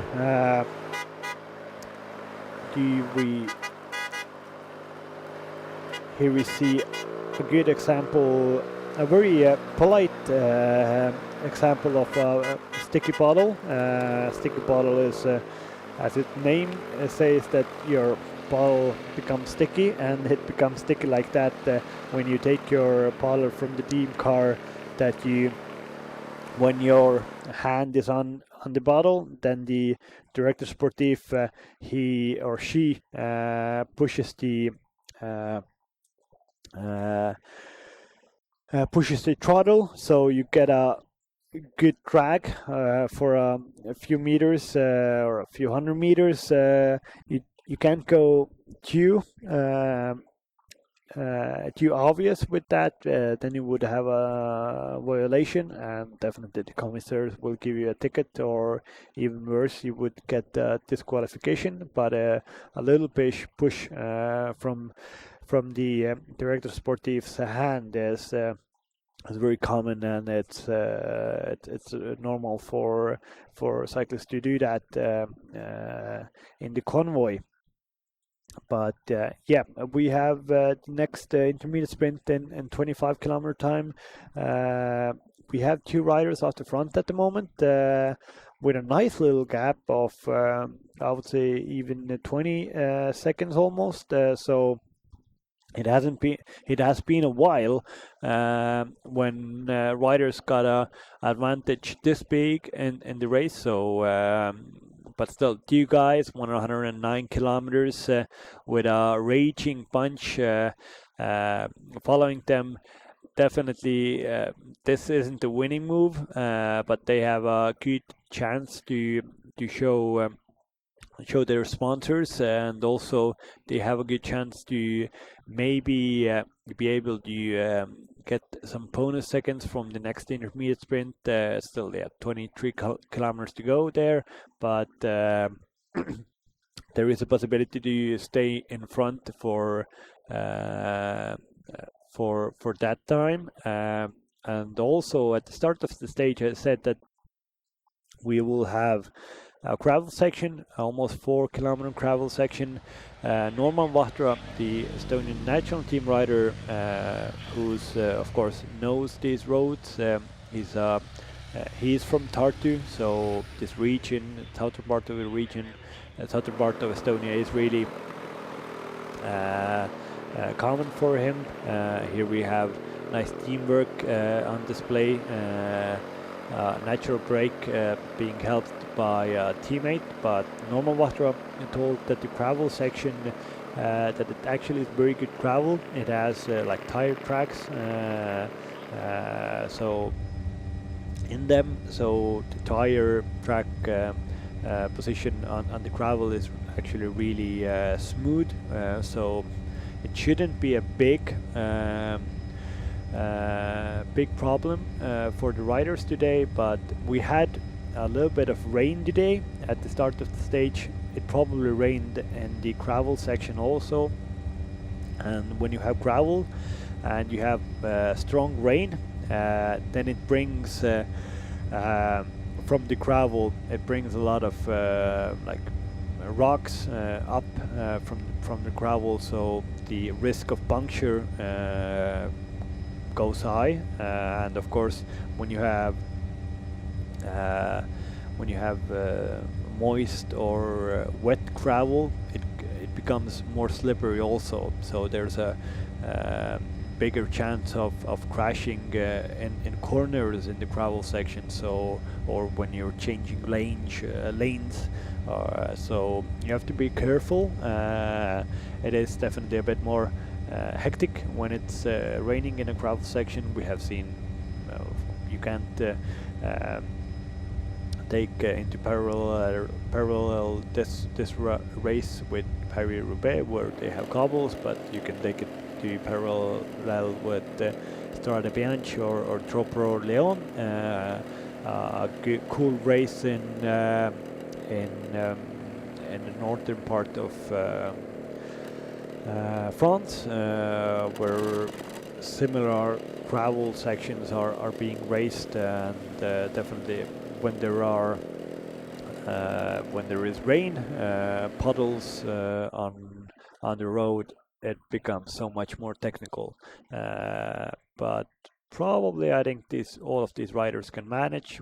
We will have punctures, I think that is a certainty, but hopefully not too much, and that the race won't be only decided by technical issues, but it would be decided about who has the strongest legs and who has the best tactics for the race. Here we have at the front of the bunch still attacks going on, but we have two riders out the front, and now the graphic shows that the difference between the peloton and the two riders out the front is 18 seconds, even 22 seconds, so they have a good gap, those two riders, but the front of the bunch is still attacking each other, so with one big attack, those 22 seconds could be gone in it's gone. They are caught. So it isn't a very healthy advantage, but they have the possibility to go with a good pace, not attack each other all the time, with a similar good average pace, but the sponge goes accelerating, braking, accelerating, braking, accelerating, braking. So it's definitely more calmer at the front of the sponge. I think these Marcus Njör 131 and Sindre Sakbakken definitely would like to have a few other guys in the breakaway together with them. Two riders isn't enough to go very very deep into the race, but it's still it's better with two riders than alone. So we'll see how long will they go in this race. So yes, Marcus Njör from Team IPT, Three-Peak, and yes, Sakbakken from Kiekasif. Kiekasif is really, they are an elite Norwegian team, so an amateur Norwegian team racing really good in this race. Only 4 guys in the race. There are 6 rider teams, or the possibility to put 6 riders in the race. They have only put 4 riders, but they have been many times in the attack with, it looks to be with all of their 4 riders. So you have Skerping won the first intermediate sprint from Norway, and now Sakbakken is again from that team in the breakaway group, and really enjoying his time racing here in Estonia. This is Kiekasif, sorry, Sakbakken 204.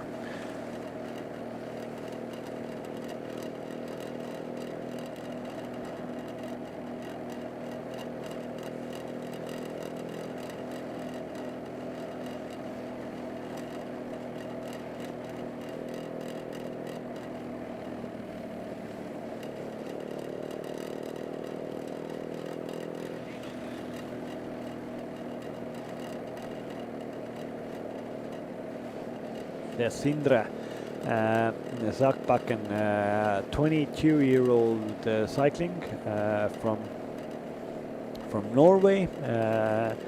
He just raced a nice cycling tour in Sweden, where he won one stage and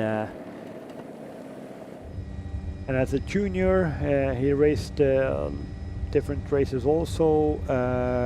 He hasn't gotten big results yet, but this race shows that he is very an attacking rider, and this definitely will bring him some good results in the next years in his career. But now, 2 riders are off the front, but now 3 riders are chasing them.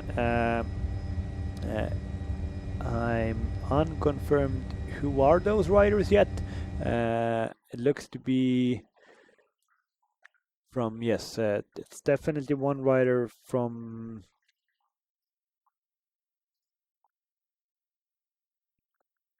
CCN Factory Racing. Georgia is here, but they are, these 3 riders are slowly but surely again being brought back by the bunch that was being led by EcoFlow Kronos team, and it's all almost together again, and those attacks really took a toll on the gap between the peloton and the 2 riders off the front of the race. It's now the graphic showed only 9 seconds, and again next attacks now coming off the front thick and fast. So I think these attacks will definitely bring back those 2 guys that are off the front. Sindre Sakbakken and also Markus Njør. We have now almost only 100 kilometers to go, so we are reaching the half point of this race. So when looking at these guys' faces, I wouldn't like to tell them that you have only raced one half of today's stage, because there is a few fatigued faces already in this race, so it hasn't been an easy start to this year's Baltic Chain Tour, but definitely these guys will manage. They are all ready for this race, so we'll see. Now we have one of the favorites for this race. Maciej Stošek from ATT Investment is going off the front. He has also Norman Vatra in here. A rider from Alpecin is here. This is a dangerous move. Maloja Push Bikers also has a rider in here. So, and those 2 riders have now been caught. Sindre Sakbakken and Maciej Njør has been caught by this small group that counter-attacked from the peloton, and this is a very dangerous move now. All of the bigger teams are represented. It is Tartu has Siim Kiskonen here. It looks to be Norman Vatra is here. Yeah, Maciej Stošek, Maloja Push Bikers, Alpecin. What we don't have is Una Hicks doesn't have a man in here, so they would definitely have to race at the front of the peloton to bring this back, or at least try to get one teammate of Una Hicks into this breakaway. And also the Lithuanian teams, Voltas and Kaunas, they don't have a teammate here. But this is a very dangerous move. Here, this is not just trying to go in the breakaway. This is a proper group trying to get away, trying to get a win here. Niels van de Putte from Alpecin de Koenigs, Stošek, Siim Kiskonen from Tartu, Norman Vatra from National Team Estonia, Fabian Steininger, Jerome Gautier, and of course Sindre Sakbakken, who was before that in the breakaway, and Asbjørn Matstuen. So yes, this is from NCF region Ost was Matstuen. Exactly 10 rider breakaway group, and exactly half of the race has been ridden, and this is probably in this race the most promising breakaway group that we have had, because yes, Mondeputte, number 42 from Alpes in the Königs is here.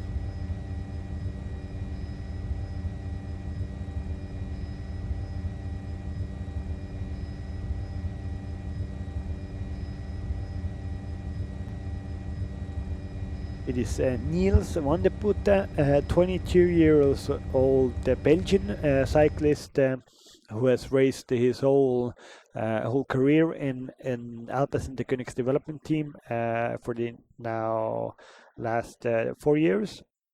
He started as a trainee in 2020. He also races a lot in cyclocross in the winter, so a very experienced rider and definitely a very good bike handler. This year he just finished Tour de Namur, national race in Belgium, but national races in Belgium are super difficult, so he's definitely in very good form. Last year he also raced the Baltic Chain Tour. He was 35th in the general classification, so a good race, nothing superb, but okay. We see one lone rider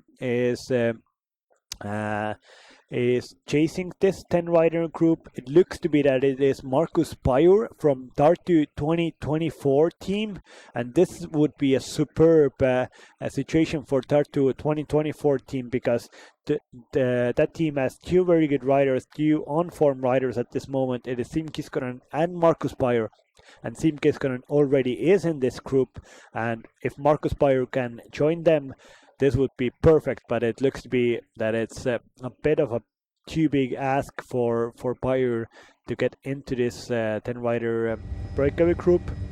But in Matthews Stošek, well, as I told you at the start of this broadcast, Stošek is probably one of the best riders in this race, the Slovakian national champion, very on form rider from ATT investment team. So and now he's on the attack on the attack with Norman Vahtra, one of definitely also the favorites for this race. So here we have again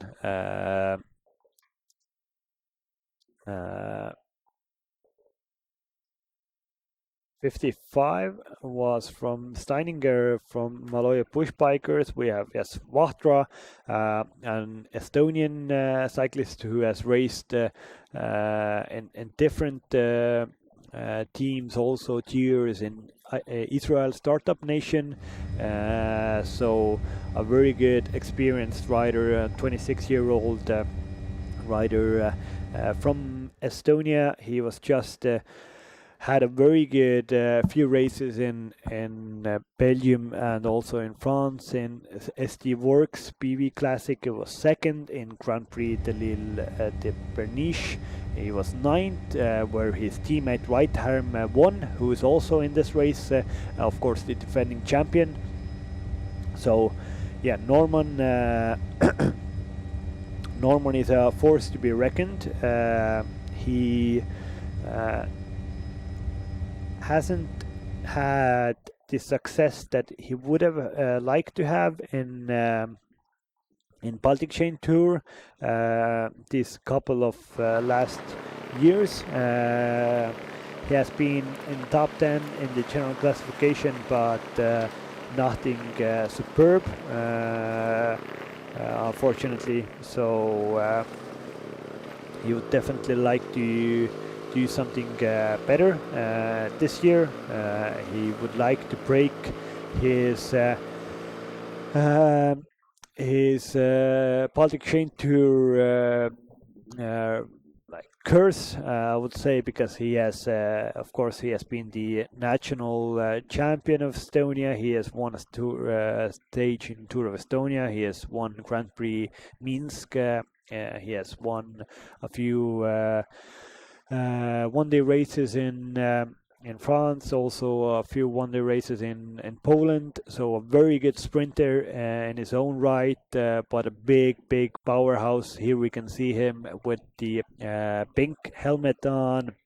Yes, he rides for Go-Sport Rubel Lille Metropole Continental team. So very good, very strong rider, Norman Watra is, and he really is probably with Stošek one of those two favorites in this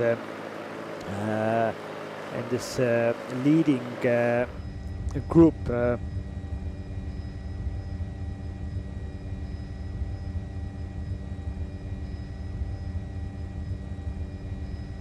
This is an aerial shot of this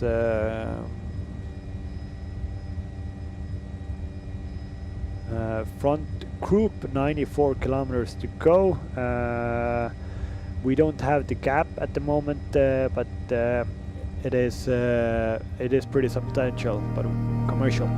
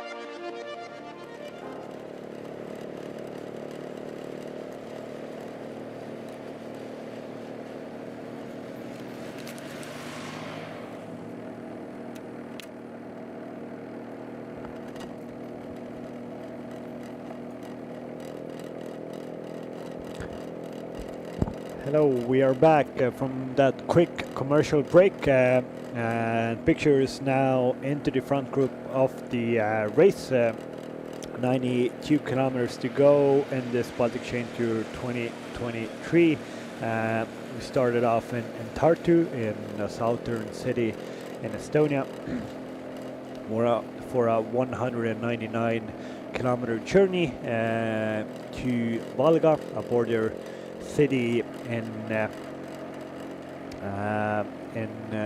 on the borders of Estonia and Latvia, and we have had I don't know as many numbers of attacks that we have had today, but now we have a proper group that has gone off the front of 11 riders. It looks to be one rider has joined. This looks to be number 24 from Tartu 2024. Very good number for that guy in that team, but it is Latvian Alex Krasts. So a few other guys has joined. 102. Jerome Cotier is here from EcoFlow Kronos. So this is a very, very strong group of riders here. Number 35 is Maciej Stoszek from ATT Investment. He just talked to the motorbike. He looked to be that he wanted some drinks from the team car. He probably asked the motorbike, is it possible to get the team car behind the breakaway group? Because if the gap between the peloton and the breakaway is too little, it is not very big, then they don't. The commissars don't let the team cars between those two groups. So I think there is a problem for him that he wants to get that team car. But now we have this front group, and Maciej Stoszek actually now is now back in the peloton for some reason. He's shouting a little bit, and he's showing with his hand that guys come to the front, come to the front. I don't know why did he drop back to the punch. Maybe he didn't like the guys that he was with in this front group, that he was only alone. But like Tartu 2024 has two guys here, and maybe just thought that this isn't best for his chances to go away with this 10 plus rider group, that he needs a teammate or two for the maximum possibility to get a good result. So but for some reason Maciej Stoszek dropped back into the peloton. It was a man that I really talked up, that he was probably the strongest here, and probably one of the guy that will do a very good result in this Baltic Chain Tour. But yeah, he dropped back to the peloton. We'll see now if his team ATT Investment will go full gas on the front of the race to bring this back, because yeah, you can see in the front here you have two teams with two riders, Alpes and the Koenigs development team, and also Tartu 2024. Both of them have two riders in the front group, so they have the upper hand. Their teammates in this peloton don't have to do anything. They can just sit back and enjoy when other teams have to chase. But now it looks to be that the biggest loser in this situation is actually ATT Investment, because on paper they have the strongest team in this race, but they don't have now nobody in the front of the race. We don't know what happened with Maciej Stoszek. Did he have some kind of technical problem, or did he just saw that this isn't tactically a very good situation for him? But even if it isn't a very good tactical situation, you still don't just drop back from a breakaway. You can just sit on the back of the breakaway and don't do anything, and that will definitely bring more harm than good for this breakaway group, because you don't want to go full gas all the way to the line if you know that you have a few other guys that just sit on your wheel, that they don't do anything, and you don't want to bring them to the finish line because you know that they will be fresher than you. So probably still Stoszek had some kind of technical problem because he fell back into the peloton. But we don't know at this moment. Maybe at the end of the race we will be more knowledgeable of this situation. But the situation on the road is that we have approximately 10 riders off the front with 2 riders from Alpecin, a rider from Estonian national team, 2 riders from Tartu 2024, also a rider from Maloja Pushbiker. So a strong group of riders is off the front, and they have not a big gap, approximately 10 seconds only, but here you can see now in the front they want to make this group a little bit smaller, and Uno X development team is trying to make this smaller, and this is the intermediate sprint. Norman Vahtra just won that intermediate sprint in front of a Uno X rider, and also it looked to be Alpecin the Königs rider. I wasn't sure who was second, was it Alpecin or Unex, but one was certain that Norman Vahtra from the Estonian national team won that intermediate sprint, and that means that now he is on the same spot in the leaders or in the general classification that is Kerping, so 3 seconds for Norman Vahtra, and Norman is a big powerhouse and definitely a favorite for a good place in the general classification of this whole race. So very good 3 seconds for Norman, and we'll see if this will have an effect on his general classification chances on Sunday, but now he has gotten a very good 3 seconds for him now, because of that intermediate sprint, and because there wasn't a lot of cooperation anymore in that front group. We now have the full peloton again together. Nobody is off the front. Okay, sorry, one rider now is again off the front, but still the peloton more or less is all together. It is strung out, and even we have a little bit of sunshine shining on these riders in this race. So that very dangerous move of 10 plus riders was brought back, but Norman Vahtra just before they brought that group back, and they had the intermediate sprint, and Norman Vahtra won that. 3 seconds for Norman. But now we have 82 kilometers still to go. The next thing that is on the road is significant is not the intermediate sprint, but is the gravel section.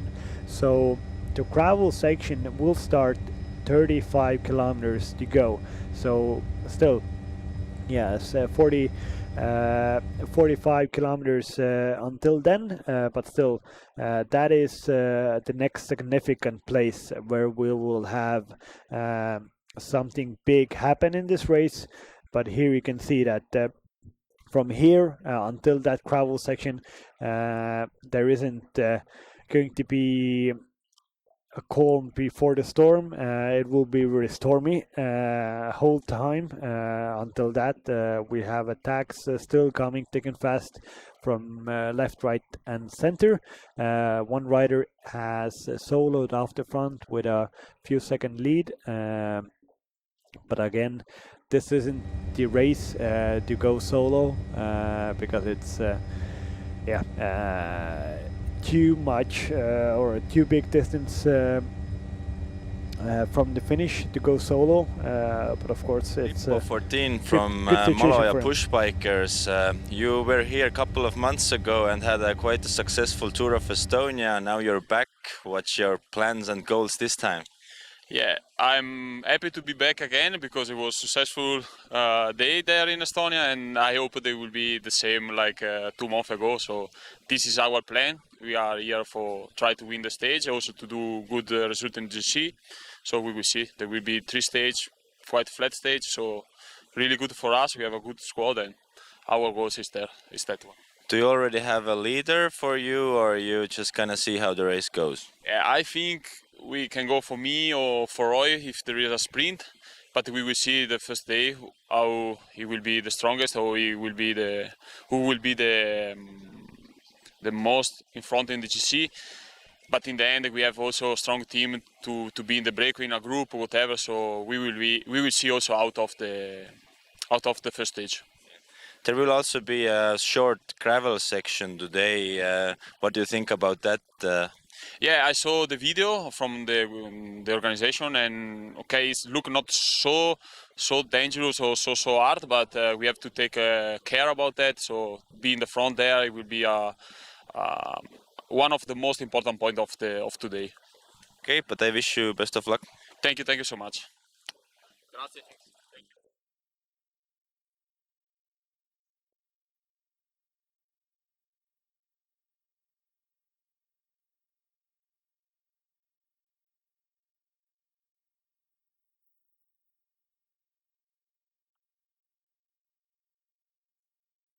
That was Filippo 14,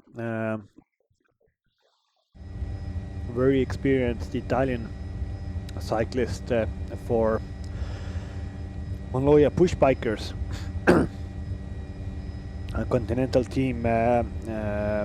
Maloja push bikers, a German continental team. And yes, Filippo 14, very experienced, 34 years old rider. Who's raced in teams like Cofidis, Vorarlberg, Bardiani, and has had a big career with a bunch of wins, and now at the end of pre-retirement last years of his professional career, probably. He's really found very good form, and yes, this year he already won a Tour of Estonia stage. He has won Belgrade Banja Luka stage, and also he was very good at the start of the year in Tour de Taiwan. In the stage he was third, a very good sprinter, Filippo 14, and he said yes that the team's focus will be probably for a sprint for him or his teammate, Dutch guy Roy Efting, who has also a very good experienced rider who has been in the Pro Peloton for more than 10 years. He has won a lot of stages in China, in Tour of China, and also in Tour of Taiwan, and this year also he was third in Tour of Estonia. So two very good sprinters in Maloja Bushbikers team.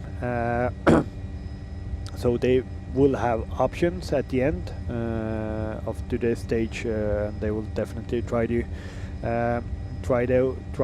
make those options good for them. They have a strong team here in Estonia, so they are forced to be reckoned with. He wasn't very concerned about the gravel section, but yeah, if you have races with big mountains or big winds or big gravel sections or so on, the gravel or the mountains don't make the race hard.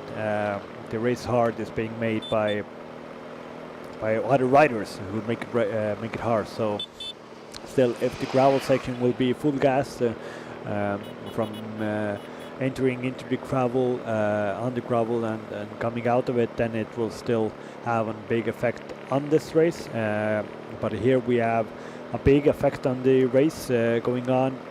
A lot of riders are going into attacks, and it looks to be that a little bit of wind, or at least people or riders are really only on the right side of the road in one long line. It doesn't look to be that the wind has picked up, but a lot of big attacks coming from the peloton. This has been really a crazy stage. I wouldn't have never thought that this long stage in this year's race on the flat stage, that it will be raced as aggressively that it has been raced.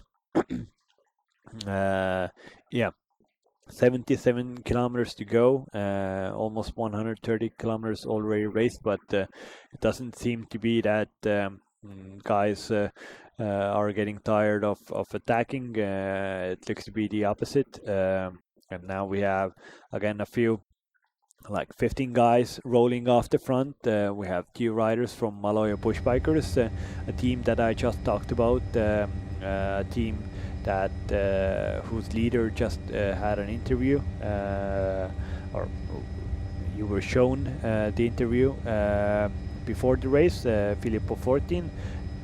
2 of his teammates are here. We are now at this point riding through Ansla, a nice little village in Estonia, like really a small village, not a lot of people, and this definitely is one of the highlights of the year, that Baltic Chain Tour is rolling through this village. So it is definitely nice for the locals to see riders. Hopefully a bunch of them have gone out and are greeting the riders. But this is like 10-15 riders that is off the front. Maloja Bushbikers is here, Una X development team. We have from national team Estonia, we have Martin Laas here, the rider for whose commercial team is Astana, so the only World Tour contracted rider in this race at the moment. So he should be definitely a force to be reckoned with, and because he usually rides very big races, and now is the smaller races should be a little bit more easier for him, or but which is definitely so different from bigger races, is that no big race, no World Tour race is never raced with this aggressive nature, or it is more controlled. Yeah, the pace at some points is higher, but it is higher for an average, not like that you accelerate, brake, that isn't the case in the World Tour races, and Martin definitely knows this, because when in a World Tour race where this kind of a situation is being made, that no breakaway goes off, then just one team or 2 teams go to the front, control it, just to have the pace high enough that nobody even wants to attack. So this is this would be the situation, but here we have everybody attacking, and even Martin Laas, who is actually a very good sprinter and should keep his powder dry until the last few hundred meters, has to attack here, because if you don't attack, then your team might be out of position, and you will never get into position back in the race. We just got confirmation from the second intermediate sprint that the second intermediate sprint, of course, was won by Norman Vatra from national team Estonia, and in front of Daniel Arnes from Unix, their development team, the rider that has been super competitive today. A lot of attacks from Daniel Arnes, and it's really impressive that he, after all of those big attacks, he still managed to get second in that intermediate sprint, and third place went to Henry Ulik from Alpecin, the Koenigs development team. So it looked to be in the camera shot that maybe Alpecin, the Koenigs was second, but still Daniel Arnes had a very good bike throw and got 2 seconds in that intermediate sprint. So we have in we have 2 intermediate sprints, and all of the intermediate sprints, or all bonus seconds, were divided by 6 different people. So yeah, the situation on the road is that Christopher Skerping from Gekasiv and Norman Vatra from National Team Estonia, they both have 3 bonus seconds at this moment. So they are virtual leaders here, but this will change definitely before the end. This is the final situation, because we still have 1 more intermediate sprint that is 20 kilometers from the finish line, where more 3, 2 and 1 bonus seconds are given out. And also in today's finish, the riders will get 10, 6 and 4 bonus seconds on the line. So there is still possibilities to get, of course, time difference with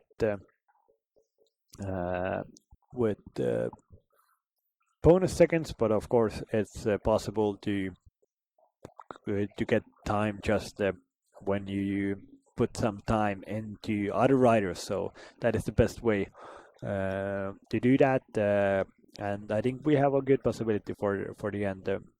There is a little bit of lumpy hills in Valga where we have to finish today, so there is a possibility to attack there and to take time on your rivals, but it's we'll see how hard will it be at the end, or how much power do these riders still have.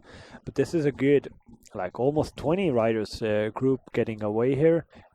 Defending champion Right Arm is here, and a rider, but the peloton really doesn't like this attack, because there is so many strong riders in front of here. There is Mikkel Reim from ATT Investment just taking a pull on the front. There is we have here Mikkel Reim from ATT Investments Pro Cycling Team, one of the experienced riders. You have done Baltic Chain Tour many times. What's different this time, or what do you expect from today? This is English interview. I didn't expect that. I expect actually a very fast race like last year's, and it's hard to predict what's going to happen today, because it's so many teams and everybody wants to be in the breakaway. So I think it's going to be like only attacks, at least 100 kilometers, and nobody don't want to take the responsibility to ride in front of the group. I think not too early at least, and I think it happens the same thing like last year first stage in Lithuania. Not so much wind today. What do you think it's gonna be factors today, or yeah? I think the wind is not a factor today. I think it's just gonna be like attacks, and just maybe one lucky moment, group of 10 or maybe even bigger group gets away and they start riding together and it's finished. You have a quite strong team here, but there is also others. Who do you see is the biggest competitors for you? I would say like it's like 5-6 teams who are quite equal, like Estonian national team, Ampler, Alpecin guys, UNOX, and the Maloja Bushbikers. So I think those guys are the main rivals for us. Who is going to be the leader for you today? Well, in this race it's quite hard to put the leader, because if there's 6 guys in the team in the start, then probably you need to save one guy for the sprint. So we have one ex-track cyclist in the team, so I think we're gonna let him to sit on the wheels and wait for the sprint, and the others will be the attacking guys or covering the moves. Sounds like a good plan. I wish you best of luck. Thank you.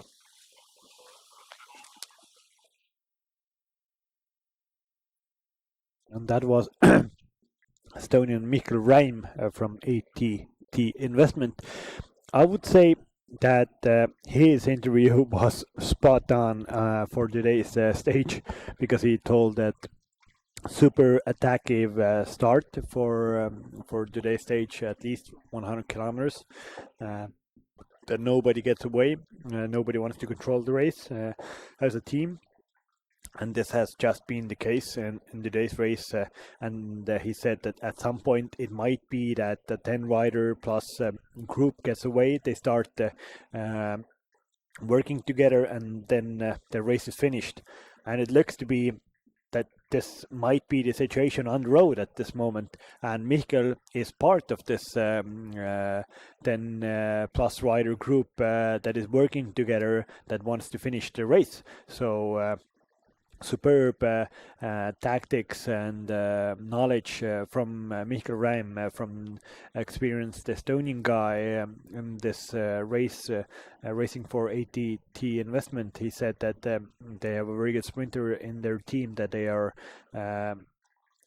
saving for the finish, but he is more of a guy that will go into the attacks and will try to cover those moves. And he is doing this, and he's doing this very well at this point. But yeah, a very strong group has gone off the front here. It is the defending champion, Right Arm, is here. So one very strong guy is here. As I told you before, Mikkel Räim is here from ATT Investment. A bunch of two guys from Alpes in the Königs is here. At least one rider from Tartu 2024, it looks to be Aaron Aus, is here. And Maloja Push Bikers has a rider here. Also UNX, their development team. So, yeah, all of the big teams are represented actually. National Team Estonia, UNX, Tartu, ATT, Alpecin, and Maloja Push Bikers. So this group looks to be, it is a perfect consistency of strong riders, of strong teams. So this group really has a very good chance to go really deep in this race.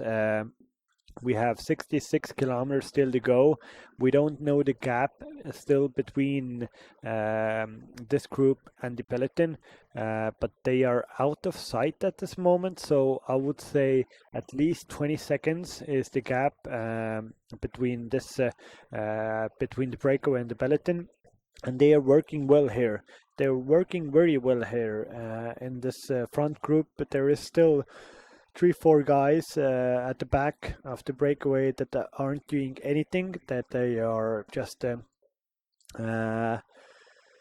following wheels. You can see that one Alpes in the Königs guy just went, one is doing work at the front, and one guy just went at the back of the group and just shook his hands that he doesn't want to do anything. So this is very good tactics. If you have multiple guys in the breakaway group, then you can do this, that you save your one cyclist, your one rider, you save him, and you let the other one do most of the work in the group to just drive the breakaway to go as deep as possible. And then the one fresh guy, he can save himself and go do his thing at the end of the race. Here we have one rider from Kiekasif and also National Team Germany. They're two riders trying to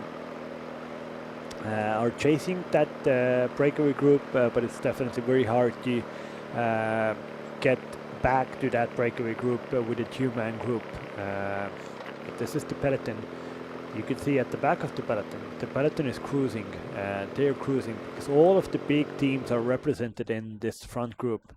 I don't want to call it just yet, but this looks to be a very promising move, and they at least have 30 seconds plus in front of the peloton, if not even a minute already. So this is a very good group. I think soon we will have the names of all of the riders that are here. We'll see. Maybe in a few moments we will have those, but this is this is just how Mikkel Reim told in his interview that a lot of attacks that will tire out the main part of the peloton, or at least a lot of those people who should control the peloton for different teams, and then at some point there will be a perfect group of 10 plus men that will go off the front, that will find the common language, and then they will work together until the very end. Here we have the chase, Jasper Schröder from National Team Germany and Magnus Friedenlund from Gekas If. And this Gekas If, 4-rider amateur Norwegian team, they are pretty much one of the most active teams in this race, so really hats off to Gekas If. And this is the head of the race, defending champion right arm Magnus Brynstad from UNX development team, Aron Aus from Tartu, Mikkel Reim, Nick Vogt from, and yes, a lot of Danish guys, and also one more Estonian guy, Gen Post from Peloton team, also an amateur team in front of this group. So very good situation for him. He doesn't have to do anything because he is not one of the favorites, but yes, right arm really knows his breakaway and knows his chances in the Baltic Chain Tour. Second year in a row he found the perfect breakaway group in the race. Here we have Klepo Karpenko from National Team Estonia bringing some beat-ons for his teammates. Well, how many beat-ons can he fit into his jersey? At the moment I can see 4. Now this is 5th. Very nice. There was one time in Tour de France where a rider put like 15 bottles in his under his jersey, so Gleb Karpenko still has to train a little bit or his service, but of course he doesn't have so many teammates in the race. Also in a Tour de France you have 9 rider teams, 8 rider teams, so you have to get a lot of more bottles, and also you have usually a bit of more sunshine and more warmth, that you need more nutrition, more drinks in you in the day. But here he has 44 is David van der Poel. I think definitely he doesn't like it, but he's the brother of T. van der Poel, Mathieu van der Poel. So good experienced rider, 31-year-old David van der Poel from Netherlands, who doesn't have the exact same capabilities that his brother has, but still very good rider by himself. And also there is Henry Hulik from Alpecin de Koenig's development team, a rider who got 1 bonus second in the last intermediate sprint, so he has a second on every other rider in this group. So this is good situation for Alpecin de Koenig's team. They are the only team that has, not the only team, one other team, 182 and 183. It's Jakob Madsen and Munk Olesen from Aalborg Denmark team have 2 riders in this race. So Danish riders are really having a ball in all of the cycling races that they compete in the last few months, and they are really passing this front group in Baltic Chain Tour. Also here we have Brynsrud, number 11 from UNX, their development team. Well, you can see that he is at the back of the breakaway group, just hanging on, because he is alone here, and he has a very strong team with him, and he shouldn't do anything in that front group because the Alpes and the Königs guys are with 2 guys there, and also they have the not they, but there is the defending champion in that breakaway group. So this isn't an ideal situation for Munich's development team, or still, even not, if not ideal, then that is just a situation that he doesn't have to do anything, because he doesn't have the sprint to win in front of right arm in the finish, and he doesn't have teammates with him, so the best situation for him is to just wait, sit on the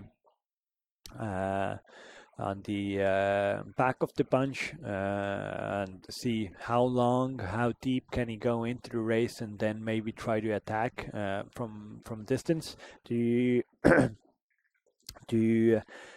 take the win today. But definitely the situation isn't ideal for Munich's, their development team. Here we have one rider from Svealand cycling team just dropped back into the peloton.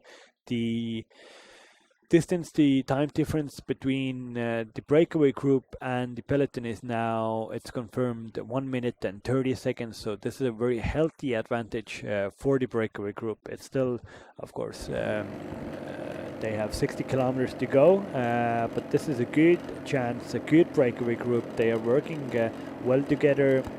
There is also Nick Vogt from Scorpions racing team, who is in this race, and yes, Aaron Aus from Tartu 2024 team is at the back of this group,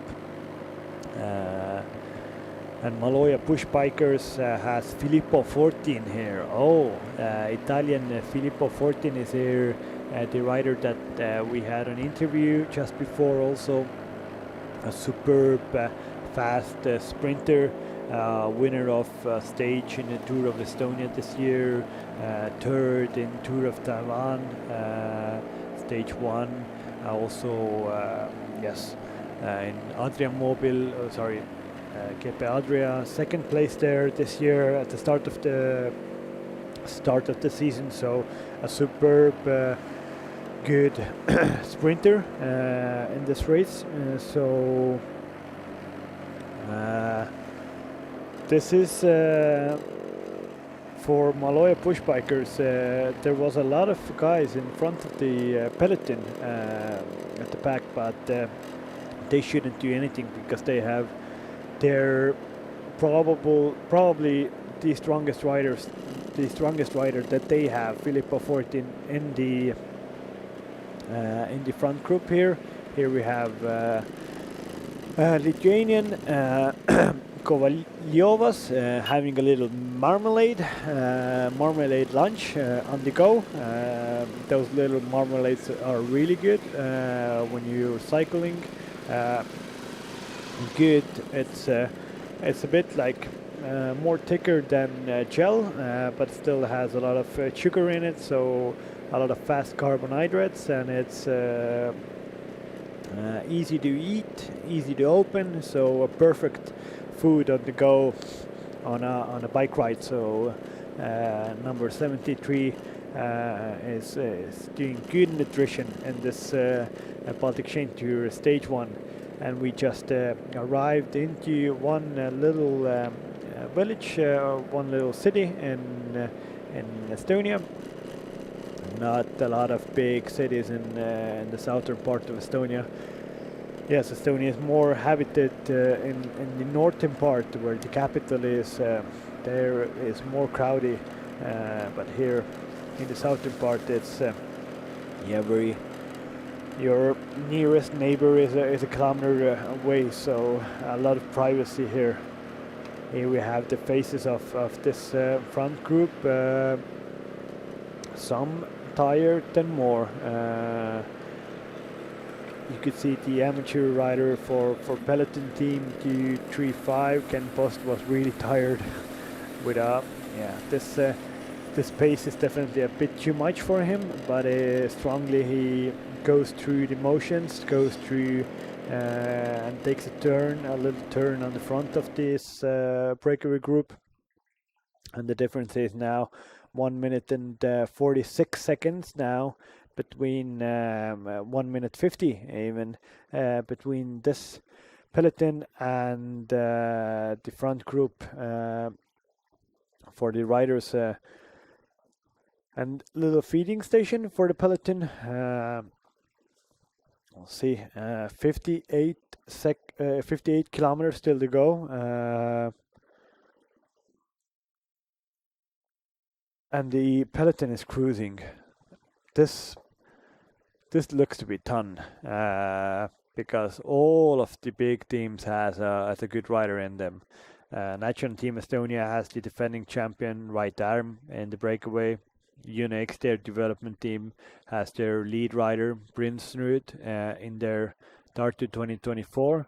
Has Aron Aus in there, who isn't actually, I think, one of their super leading riders, but it's okay. They have rider in there, so they don't have have to chase. And ATT Investment has, of course, the home favorite Mikkel Reim in the front group, and Alpes in the Königs has two riders, David van der Poel and Henry Hulik. So superb situation for them. They don't have to do anything. And Maloja Push Bikers has probably the fastest sprinter in this race, Filippo 14 in the breakaway. So a good situation for them. Let's see how will some team come to the front and try to make the pace hard. It doesn't look to be at this moment. Maybe maybe national team Germany might come into the front. We have one Svealand cycling team is also near the front because they had a rider in the breakaway, but he fell back into the peloton, so they don't have any riders now in front of this race. But this is defending champion right arm. No rider has won Baltic Chain Tour 2 times, and no rider has won Baltic Chain Tour, of course, 2 times in a row. So a superb chance for right arm to make history in this race. He rides under number 2 for national team Estonia. His commercial team is French Continental Go-Lille Sport Metropole, but here he is supporting his home nation's colors, Estonia's colors. So good possibility for right arm to do a very good result again this year in the Baltic Chain Tour. Now we can hear a lot of cars honking their horns. They have now gotten to the back of the breakaway because the gap is so big, more than 2 minutes, and the peloton is cruising. So the commissars let the cars in to give feed to the breakaway riders, some more drinks, maybe some more gels, food for the last part of today's stage. But yeah, here we can see the front of the peloton is being controlled mainly by Svealand cycling team, then also CCN Factory Racing Georgia, and they are those main teams here at the front of the race.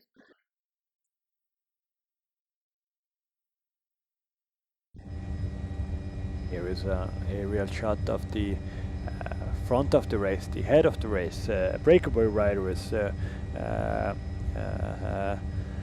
who have 2 minutes and 22 seconds advantage on the peloton, and this looks to be more and more the winning breakaway for today's stage, because it consists of so many really strong riders, so they have a very good chance to go all the way today to the finish with a good advantage on the peloton, because they are really working together at this moment. Yeah, if they start looking at each other, or if riders will, more and more riders won't want to do work, then they might ruin their chances to go for the win. But if they ride together like this for at least in the next like 34 kilometers to 20 kilometer possibility where riders can attack before the finish line, then they have a really good chance to go for the win from the breakaway group today. So it's all in their hands to do the best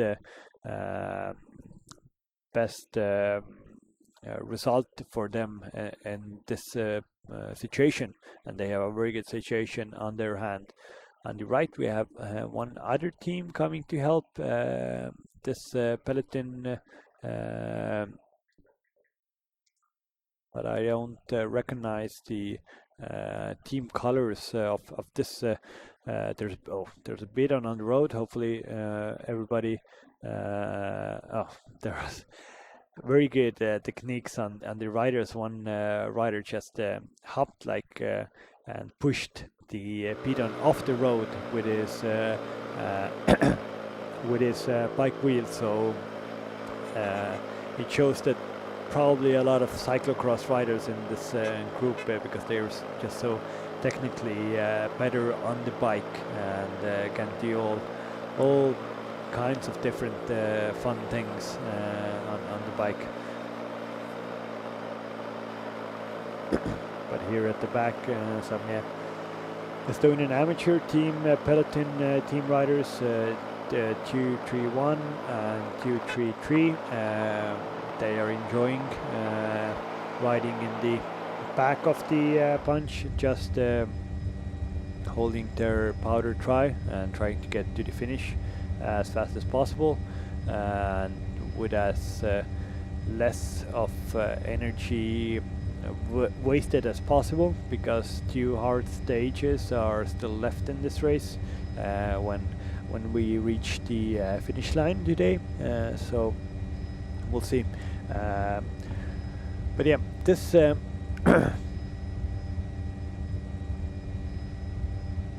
so this 15 rider group is really working well together. If they do like this for at least the next 30 kilometers, they have a good shot for victory. Probably we would have like 30 kilometers of good cooperation, and from there on in the last 15 kilometers or so on, there will definitely be some attacks from this breakaway group to go off the front, because if you're a rider in here and you know that you look to the left, you see Filippo 14, superb sprinter. You look to the right, you see Mikael Rainen, right arm, 2 very good sprinters from Estonia. Then you see that, oh, I shouldn't wait for the finish, because I will be beaten, and I will not only be beaten for the first place, I will be beaten for the podium. So I have to go long, and I have to surprise others. And definitely, I think this would be the case for 2 teams that have 2 riders, for Aalborg, Sparkassen, Denmark, and riders in red, and also for Alpecin de Koenig's development team riders. They both have 2 riders in this in that front group, in that 15 rider group. So they have to the old 1-2. One is attacking, one is holding himself back, or when one is attacking, he's caught, then immediately the other one attacks. So we'll see. Will that happen? Hopefully it will happen, because it will be again a good spectacle for us, for me as a commentator, and for you as a spectator. But on the front of the bunch now, also EcoFlow Kronos team came to the front of the peloton to push the pace there. So because the peloton has a little bit up the pace, the pace hasn't gone up.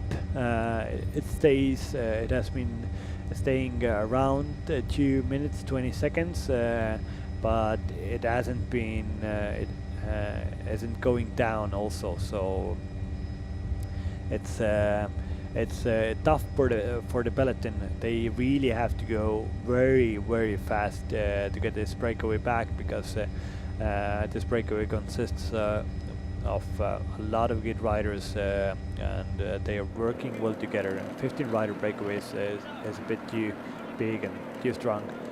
Here we have right arm, the defending champion, talking to his director sportif Alo Yakin about the situation on the road. Alo is probably telling the situation that there are two teams on the front that have two riders, so don't do too much work, because you will be surprised at the end by attacks. So keep yourself powder dry. Try to get as deep into the race with this group as possible, and maybe try an attack at the end, or look at a few riders that you have to follow in the end. So that was probably some kind of conversation that they had there, and probably Wright also asked that what is the situation in the peloton. That is one of the main things that a rider wants to know. What is the situation at the back? Like, what do I have to be ready for? Is the peloton coming back? Is it not? Do we have a teammate coming?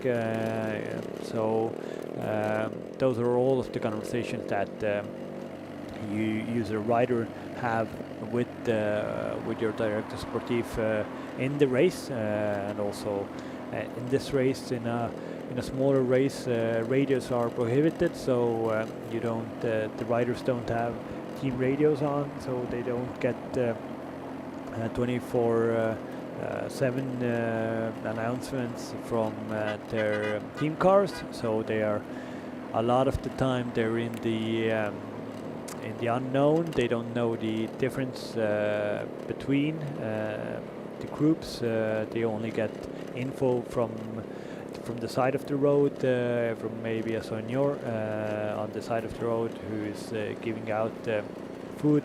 Then he or she might be able to shout some info to the riders, or as you saw, you would have a little bit of a conversation with the team car, with the director sportif there, and they will know probably a bit more about the situation on the road. They will have this live commentary or live pictures definitely playing inside of the car. To know the situation on the road, because even if you are at the back of the convoy with a team car, you don't actually see a lot there if you are not the first car in the convoy. The first stage of a tour, those cars are like, there's a big raffle, so it's a lottery, like which position do you get in the convoy, and if you are at the back of the convoy, then you don't see a lot from the team car, so you need some more info, and then definitely they will have also this live pictures on in this race. The race has been super fast. The average speed for today is 49 kilometers an hour. Imagine it's a 2.2 race, so not a high category. like half of this group is 19, 20 years old, and for the first 150 kilometers, the the average speed has been 49 kilometers per hour. So this is crazy. These guys have really gone fast today. This hasn't been an easy ride for anybody, and yeah, as the race has been like 49 kilometers per hour average, the first part, and usually the last part is faster, so we might even get average speed for today almost 50 kilometers per hour. The fastest, there is a like a program, or the fastest time for the stage to finish, or the possibility to finish the fastest. So we are ahead of that schedule. The fastest one that we had, we are ahead of that almost 10 minutes. So these guys today have really gone fast. They haven't held anything back. Norman Vahtra, the Estonian national team rider, said that, oh, maybe riders will take the first stage easier, that they will think about tomorrow when we have a few hills in Latvia. It hasn't been the case. They have really gone fast here. Yeah, 49 kilometers. If you're sitting at home on a couch, just think, just holding 49 kilometers with a bike for a kilometer, for a few hundred meters, is fast, and these riders have done it for 150 kilometers. So kudos to all of these guys. They have broken definitely a lot of Strava KOMs in this first part of the race. So and it's very normal that eventually the peloton got a little bit tired, and a group of 15 guys went off the front because the space has been a bit too much, I think, for a lot of riders here. Yes, this is again the front group here. 44 kilometers still to go, and we have the gravel section starts in 9 kilometers. So in 9 kilometers we will have the start of the gravel section. It is 4 kilometers of gravel. It should be pretty good, in pretty good condition. Not a lot of rocks, but well, let's see. Let's hope for the best. Let's hope nobody in the front group has a puncture, or nothing worse happens. So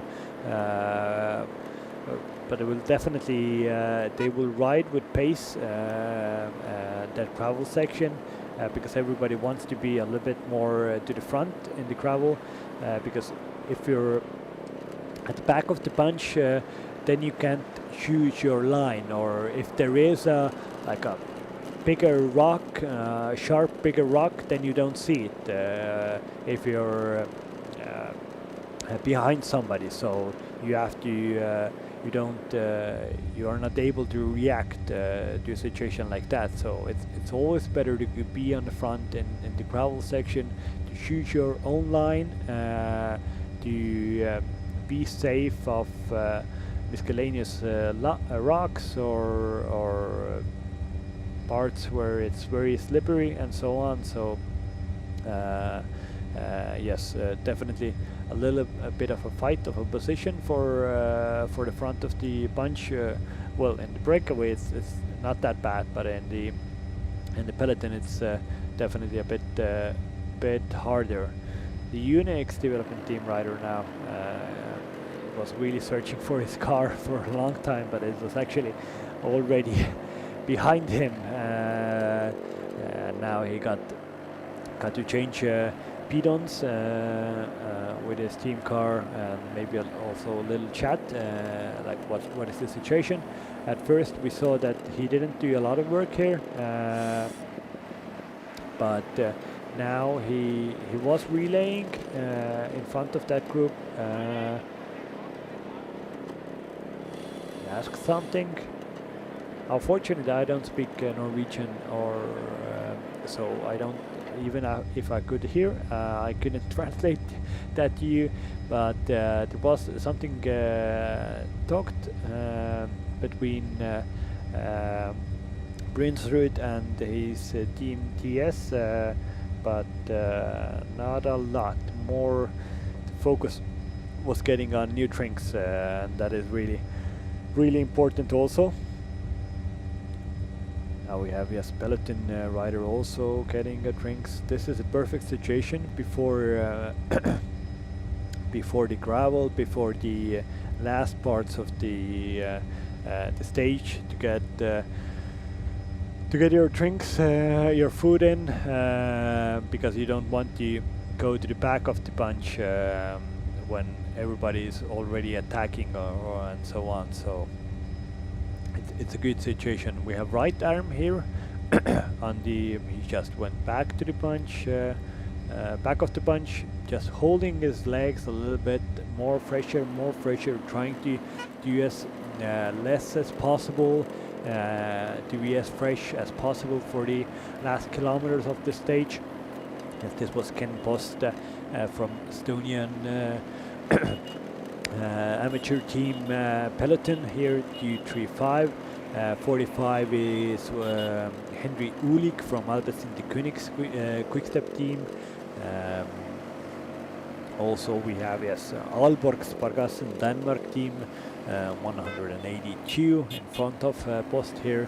Tartu 2024 comes to the team car, comes here to give Aron Aus also some feed. In the Tartu 2024 team car there is probably one of the Estonian cycling legends in that director sportif seat, and it is Jan Kirsibu, a rider who won more than 100 cycling races in his career, and of course a few stages in the Tour de France, and he also held the Maillot Jaune yellow jersey of Tour de France for a few days. So he is a proper legend in the Estonian cycling history, and now he's doing the best thing possible for a retired legend.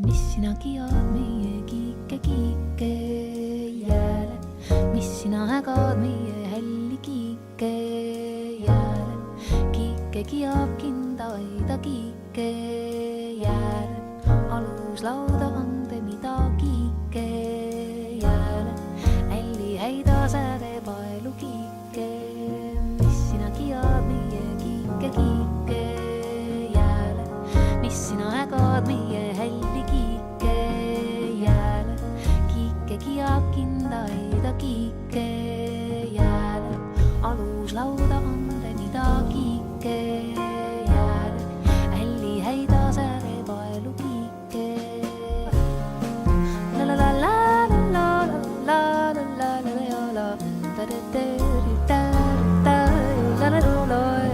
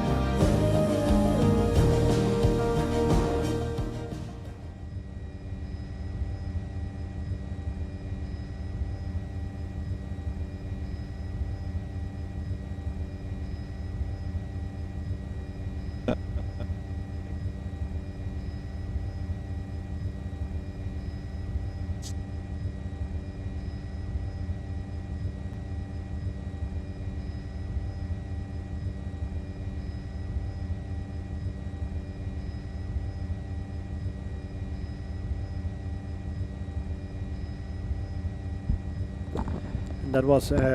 We should have had a live reportage from the gravel section, but unfortunately there was a few sound problems. The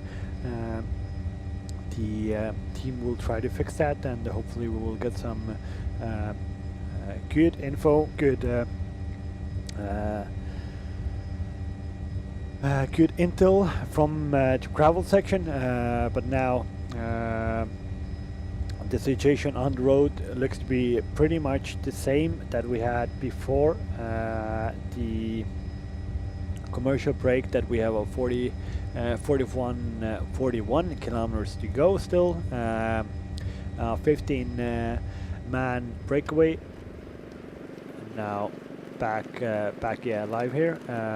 A 15 man breakaway group off the front with a bunch of favorites. Of course, biggest favorite is number 2, last year's winner, Right Arm, and now we are on the gravel section already. So the graphic was a bit wrong, but a 4 kilometer gravel section. It should be pretty good, pretty smooth sailing for these riders. But let's see. Hopefully everybody will keep themselves safe and nobody will have a puncture. That is my really big thought, and hopefully this won't happen. But this 15 rider group is very well working together, having good cooperation here, and the difference between this breakaway group and the peloton was more than 2 minutes before we went to the commercial break. We don't see the graphic at this moment, but it shouldn't be a lot different at this point if the peloton hasn't really put on the gas yet. But here we can see, you can see that there are pretty significant tire tracks in the gravel section. So the tire tracks, I mean that those places where cars usually drive, so those places are a lot more safer, a lot more smoother for riders. But the difficulty is when you try to, if you change from the front to give a change, or just want to have a different position on the road, then you have to go through that loose gravel that is between those tracks, and that might cause a puncture or something even worse. That could be slippery. But if you are only in the track, then it's okay. Then it's just like smooth Baltic tarmac. So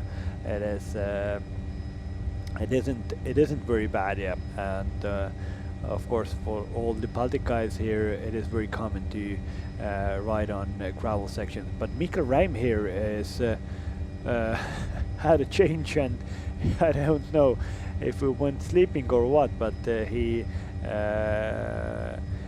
when you have a change, you see the back of the group, then you fully you try to get on the slipstream as fast as possible, but he missed that, and he put a bit too much of power to get on the slipstream. But here he is, a lot of gels still in his pocket, so ready for the last part of this race.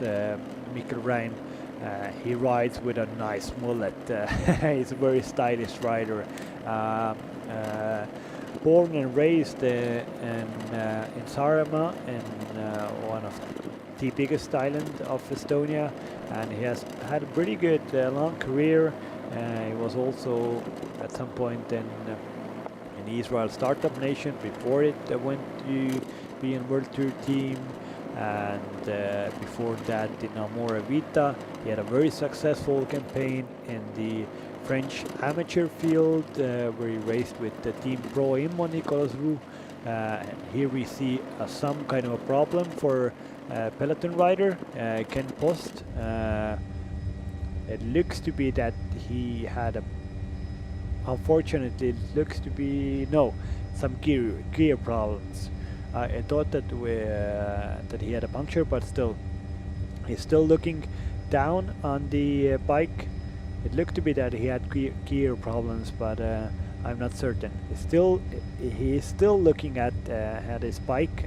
Hopefully, he will get fixed. This is a narrow place, so this is okay for the breakaway group. But if Filippo 14, Maloja push bikers, Tour Estonia stage winner, probably the fastest guy, had a puncture there.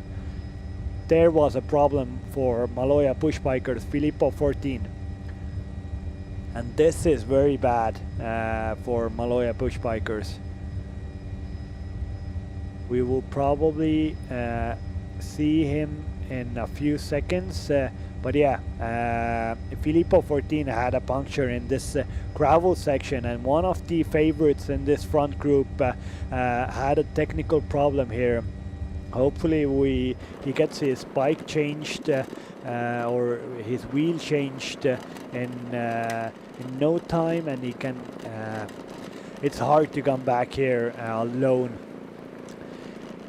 If you would have a team radio, then I would, as a director sportif, tell now to the peloton, the Maloja push bikers, to the teammates that your guy had a puncture. Now it's now push for the pace in the peloton, because you now don't have the upper hand in this race, because you don't have a man in this big front group.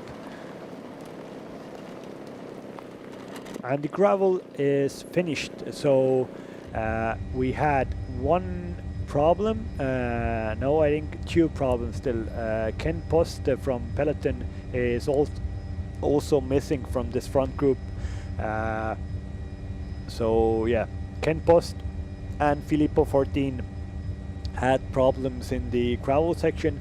It would be really nice now to get pictures back to the peloton. What is the situation there? And now we have pictures the back of the peloton. There was problems for EcoFlow, Kronos team. This is this narrow section, and this is bad gravel here. This isn't as smooth as it was in the first part of the gravel section. And we have, a few guys still having problems, having punctures on the side of the road. Unix, their development team, yes, he has also left hand up, front wheel puncture. Aalborg team, puncture, Kaunas puncture. There are a lot of punctures. They're told there will be punctures, but it won't be crazy. There has been punctures, and I think it hasn't been too crazy. Svealand cycling team has also some problems with his bike. It looked to be some gear problems or something else. Here we have 161 Berthold Rad team that did a lot of work before the gravel section in front of the bunch. Some problems here, but here you can see that the peloton has really stretched out, and it just might be that after the gravel section a small group will go off the front of the peloton with a little gap. Let's see if that is the case or not, because there are splits here. The peloton is not together. There is splits in the group, but here you can see Filippo 14 is now back in the breakaway, so a very fast, we didn't see it, but a very fast bike change and a superb job to get back into this front group. So very big kudos to the Italian experienced rider Filippo 14. Well, he is so experienced, so he didn't have any probably any like nervous moments in the race. He just knew that he will come back, and he has done it. His team car is now at the back here, trying to give assistance if needed again. So very good thing from 14. But here 193. It's Jorgensen from Ceramic Speed. Herning has a problem with his bike. A Danish guy. Yeah, it talks to the commissars. Do you have my team car somewhere here? Nope. Doesn't look to be. So problems for, yes, Jorgensen from Ceramic Speed, Herning with his bike. But here we have the situation in front of the peloton. 5 riders are going into the attack, trying to forge themselves clear from the peloton. But this doesn't look very this is a conservative effort from these guys. It isn't full gas here, but still 30 kilometers to go. The gap between the peloton and the breakaway group is 1 minute and 30 seconds, so a very healthy advantage after the gravel section. Let's see. Will some team now try to go full gas here and try to really bring back this front group, or is everybody spent? It looks to be a little bit like that a lot of guys is spent after this hard racing, but I think some guys still try to push the pace, and here you can see that Unix, their development team, is here racing very well at the back of the peloton. Alpes in the Koenigs guy in front of there, but he probably isn't racing for to push the paces, just controlling the front of the race, because he has 2 riders in the breakaway group, so a perfect situation for him. He doesn't have to do anything in front of the group. We can see the peloton is pretty much it's all together. Tartu 2024 team is a little bit pushing the pace on the front. It looks to be Markus Bayer there, pushing the pace with a few other riders, trying to get off the front. But the pace still, the distance still between the front group and the peloton is 1 minute and 26 seconds. So a very healthy advantage for that front group there. 28.6 kilometers to go. We still have 1 intermediate sprint to cover, and that comes 21.5 kilometers to go. So in 7 kilometers we have 1 intermediate sprint, and that has 3, 2 and 1 bonus seconds up for grabs. 1 rider in the front group, in the breakaway group, already has 1 second, and that is Alpes in the Koenigs rider Henry Ulik. So he can really put himself on the front end of the race if he gets some more bonus seconds from that intermediate sprint. But here the gap is actually shrinking pretty well. These 3 riders are doing a terrifically good effort here. It's Unix, their development team rider. I don't see the numbers at the moment, but yes, Unix is here. Then it looks to be Berthold Rad team, and also 1 rider from IPT Tripik looked to be there. This is Filippo Fortin. He had some kind of issue on the gravel, but he's back. Superb effort from him. This is the head of the race. 1 minute 14 seconds is now the difference between the peloton and between this front group. So a very good advantage still, and the cooperation is still there. and this is a long straight road, so you need cooperation here. You need to have as many people as possible to take turns to keep a good pace going. Ken Post from Peloton team is still here also. He had some kind of issue in the in the gravel section, but hopefully he successfully came back to the bunch, so the gravel section didn't have any effect on this front group, and that is always good to hear. Mikkel Reim is here, number 31. He is keeping himself to the back of the group in the last kilometers and also in the gravel section, and the same goes for Right Time. You can see that they are not fully committing to this breakaway at this moment. They are trying to be as sneaking as possible, to do as less work as possible, to keep themselves fresh for the last 10 kilometers of this stage, and I think they are doing a pretty good job at doing this in these last few kilometers.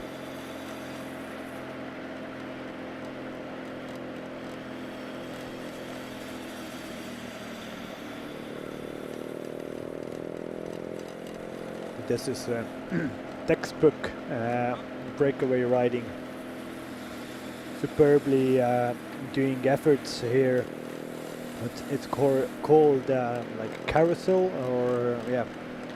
Constantly people are going like riding in a little oval with two lines of riders passing each other all of the time. So yeah. You're moving really fast, and you are on the front of the group just like for 20 meters or something like that. So it is very good way to go fast with many guys for a long distance, because yeah, it's you are constantly moving, so it's mentally very easy, and it's mentally very easy because you're on the front of the group for such a short amount of time. So it's very good way of breakaway riding. But here we can see a defending champion, Right Arm, is really keeping his cards really close to him, because he's not contributing at all at this moment. This will definitely it's not liking to the other guys, and this is probably the situation why the gap is going down, because it's now 1 minute and 7 seconds already. So because a lot of guys in the front group aren't going full gas. Here we have the chasing group, now a 5-man group. Uno X is here. It's Markus Pajur from Tartu 2024. Here Svelen cycling team is here. Also Team IPT Tripik. So a very good 5-man group here.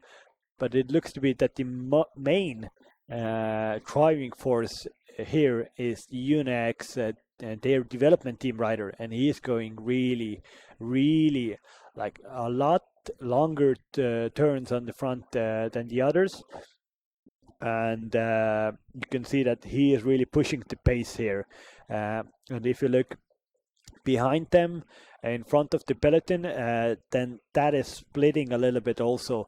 There's still a lot of attacks, people going full gas there, like 10-15 guys again going off the front there.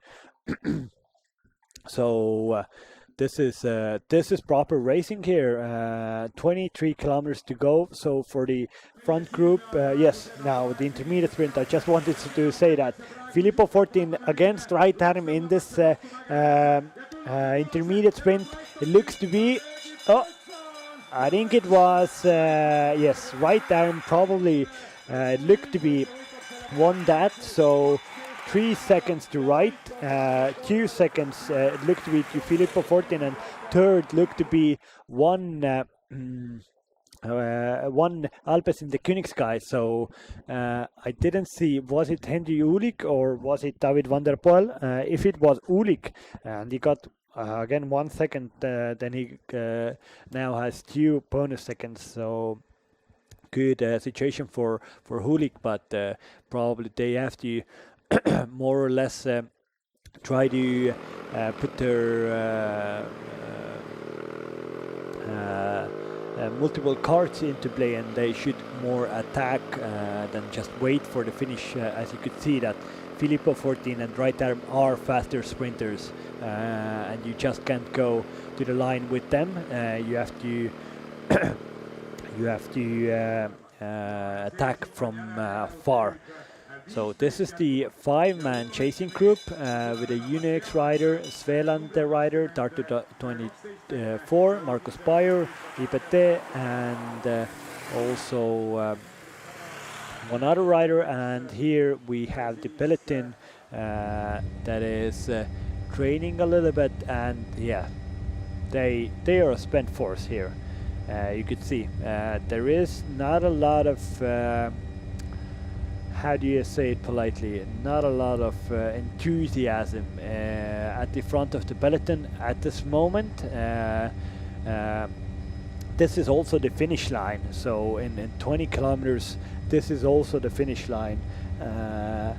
They have a 20-kilometer lap in near Valga here, but now we have the confirmation that Right Arm won the intermediate sprint, Filippo 14 second, and Henry Ulik from Alpes in the Königs development team third. So Henry Ulik 2 seconds, Right Arm 3 seconds, and Filippo 14 2 seconds. Henry Ulik got 1 second from here, but he had already 1 second from the second intermediate sprint. So a very good situation for Alpes in the Königs guys, and Filippo 14, well, he will try to do something better in the in 20 kilometers, because he was now beaten to a line by defending champion Right Arm. But here at the front we can see that there have been some attacks and some guys are losing wheels. This is 193 Jorgensen. He had some problems with his bike a few kilometers ago, so probably that affected his rhythm a little bit, but he's now suffering. You can see 180 kilometers has taken a toll. And here also Ken Post, then Kovaljovas from Voltas, and 151 Nick Vogt, the Netherlands guy, Dutch guy from Scorpions Racing Team. They all have lost their wheels, and if I look at their faces, they are not coming back. So this is the job is done for them. But this is now the 5-man chasing group who attacked from the peloton, and they are chasing the front now 11-man group. The gap shows 51 seconds. I am not sure what is the difference. Is this 51 seconds between the front group and this group, or is it 51 seconds of the front group and the peloton? If it's the peloton, then these 5 guys have a actual chance to get back into the front group and have a possibility to even race for the win. But if it's 47 seconds from here to the front of the race, then it's a bit shaky, because these guys they have more guys here, and they are going with good cooperation between themselves. This is Aaron Aus, Estonian guy from the Tartu 2024 team. He has a teammate chasing him. If he has some conversation with his car, he probably the car should say to him that you don't have to do not a lot at this moment anymore, because yeah, you have your pretty much team leader Markus Bayer coming back to you. So yeah, your situation or the possibility to get a good result is so much better when you have your teammate joining you. But yeah, we also have Skerping, Christopher Skerping from the Norwegian amateur team Kiekas here, who also won one intermediate sprint, and he is a former pro, so he might even make an upset for these continental guys today. That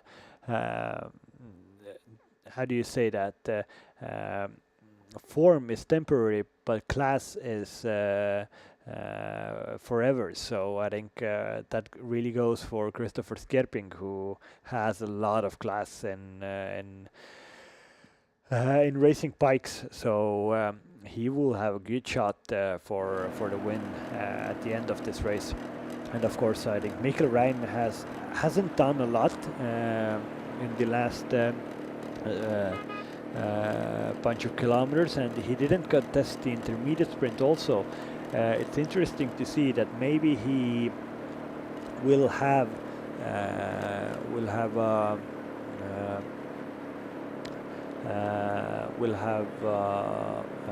some kind of a plan to attack from far. Here we can see David van der Poel racing behind right arm, defending champion arm, and of course David van der Poel, the brother of D. van der Poel, world champion. He would definitely like to have a victory for himself also, not only be in the shade of his younger brother.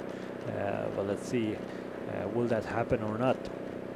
And this number 11 is Brinsrud, the Norwegian guy riding for Unix, their development team. Magnus Brinsrud, 22-year-old rider who third season in this continental team, and well, he has had a proper season, not a lot of good results yet, but a lot of good races, so his level is definitely very good.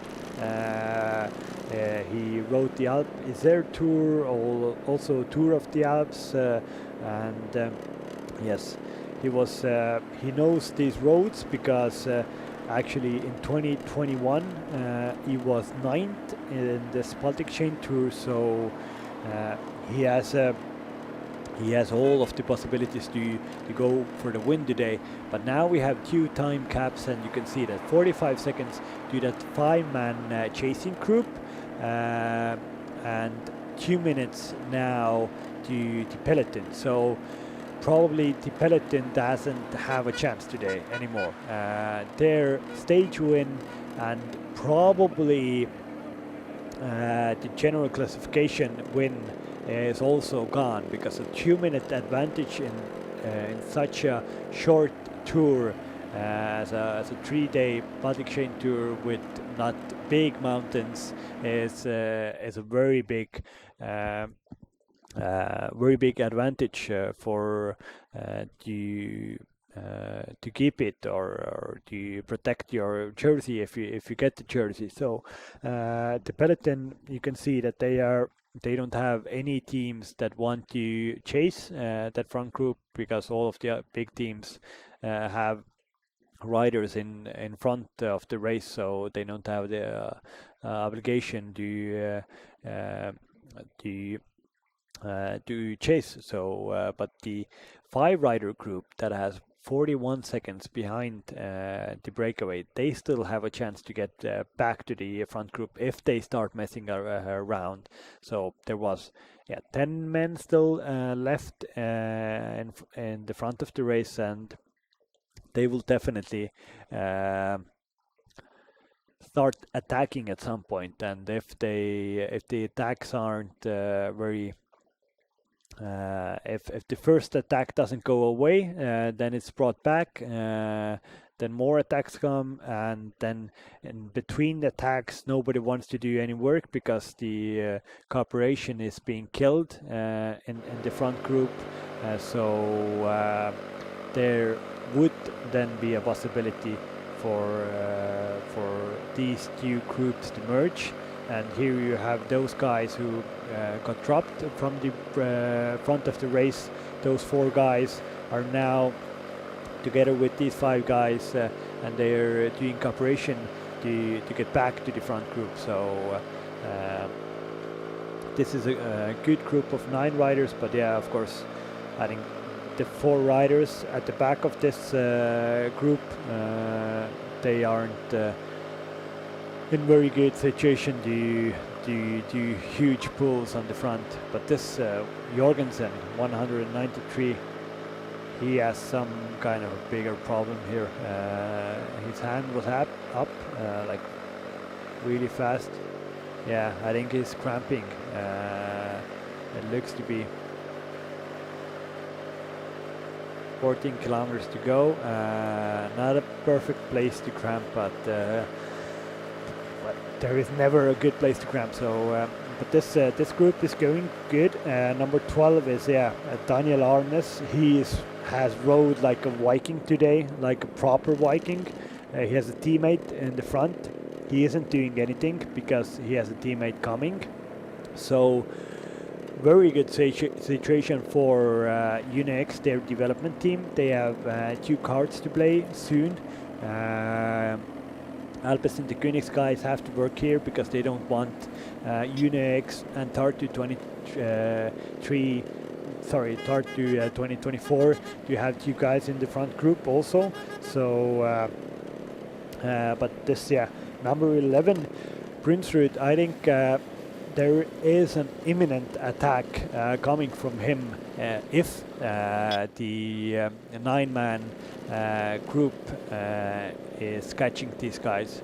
And this is the Aalborg Danish team. 183 was of course Munke Olsen here riding on the back wheel of David van der Poel and on the back wheel of Christopher Skjerping, a Norwegian man who rode a few years in the Garmin World Tour team and was 3rd in men's under 23 World Championships a bunch of years ago. So yes, a superb rider. And on the front we have Filippo 14, Italian veteran, experienced rider, probably one of the fastest sprinters in this group. But yeah, now the situation on the road is that we have only 26 seconds between 2 groups on the road. So this group and then 1 9-man chasing group. And here we have Henry Julik, also from Alpes in the Königs Quickstep. He looks to be best from the Alpes in guys. They have David van der Poel and Henry Julik, so a Dutch guy and a German guy, but Henry looks to be the best. So number 45, because he has contested the intermediate sprints, and it just, if you look at the body language, he's definitely he feels a bit more relaxed in the breakaway group. Yeah, here a bunch of guys are in difficulties. Ken Post has done an incredible ride as an amateur, being so deep into this hard race. That's a good ride from him. He can definitely be proud, but yeah, at some point you just run out of energy, and for him that point has been succeeded already, unfortunately. But hopefully he will still stay in front of the peloton. A good result would be nice for him after this long and fast day in the saddle. But yeah, soon we have less than 10 kilometers to go. At the moment 11.3 kilometers to go, and then we will have the finish of the first stage of Baltic Chain Tour 2023 in Valga. This is the composition of this chase group. Daniel Arnes from Unix, their development team. He is the powerhouse of this group. Markus Bayer from Tartu 2024. He is on the front here doing his pull. Then Karl Kagevi from Motala Air Serneke Allebike on third wheel here. And at the back 151 Nick Vogt, 193 Jorgensen, 73 Skovaliovas, and on the front also we have from Svealand cycling team rider just took a good turn on the front, and they are really now only 10 seconds between these two groups. Probably they will come together, because at the front group the Unix rider and also Tartu 2024 rider, they aren't doing any work there anymore because they have teammates coming from the back, and then we will have 20 men on the front of this race. 19 men on the front of this race. One guy got dropped. It was Ken Post from Peloton team. But yeah, Markus Bayer, Tartu 2024 team number 25 did a big pull just on the front of the race, and we had 10 kilometers to go until we find out who will be the winner of today's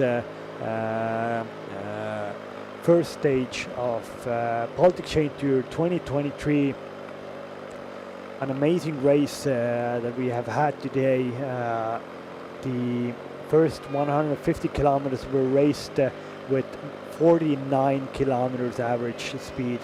So yeah, all of these guys deserve a medal, but in sports and in cycling you have one spot on the first place on the podium, and on the podium 3 spots, so there will be a big fight between these 19 guys left in the front of the race today.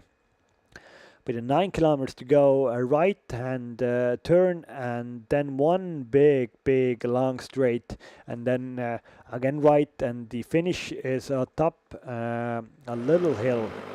It isn't hard, but at the end of a 200 kilometer race you will feel that, and it's not only that you have to be a good sprinter, but you just have to have some freshness in your legs also. But I am really anticipating an attack from someone from this group. I would say I am really anticipating an attack from Greensrud, from Unix, their development team, because they're not good sprinters. It doesn't look to be that they're good sprinters, so they should anticipate the final, and that would be a perfect situation. And also from the Alpecin guys, I think David van der Poel should do some Van der Poel magic and do a little attack and try to get away from the other guys.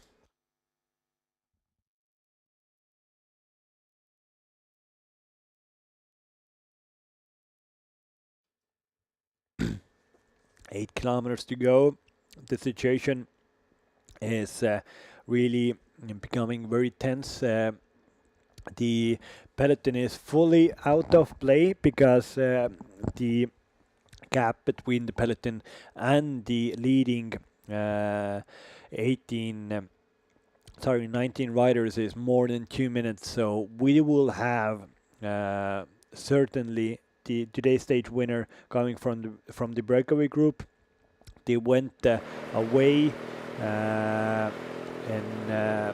when we had like 60 kilometers to go, 70 kilometers to go. Then they made this break of 15 men, and then just a few kilometers ago, 5 men breached the gap, and we have Mikael Räim now. ATT investment. Mikael Räim, former Estonian champion, just attacked this front group. This was a perfect perfect situation. And we have Aronaus from Tartu 2024 following him. Also Daniel Arnes from UNAX, their development team, and right arm, the defending champion now, also sees that this is a bit too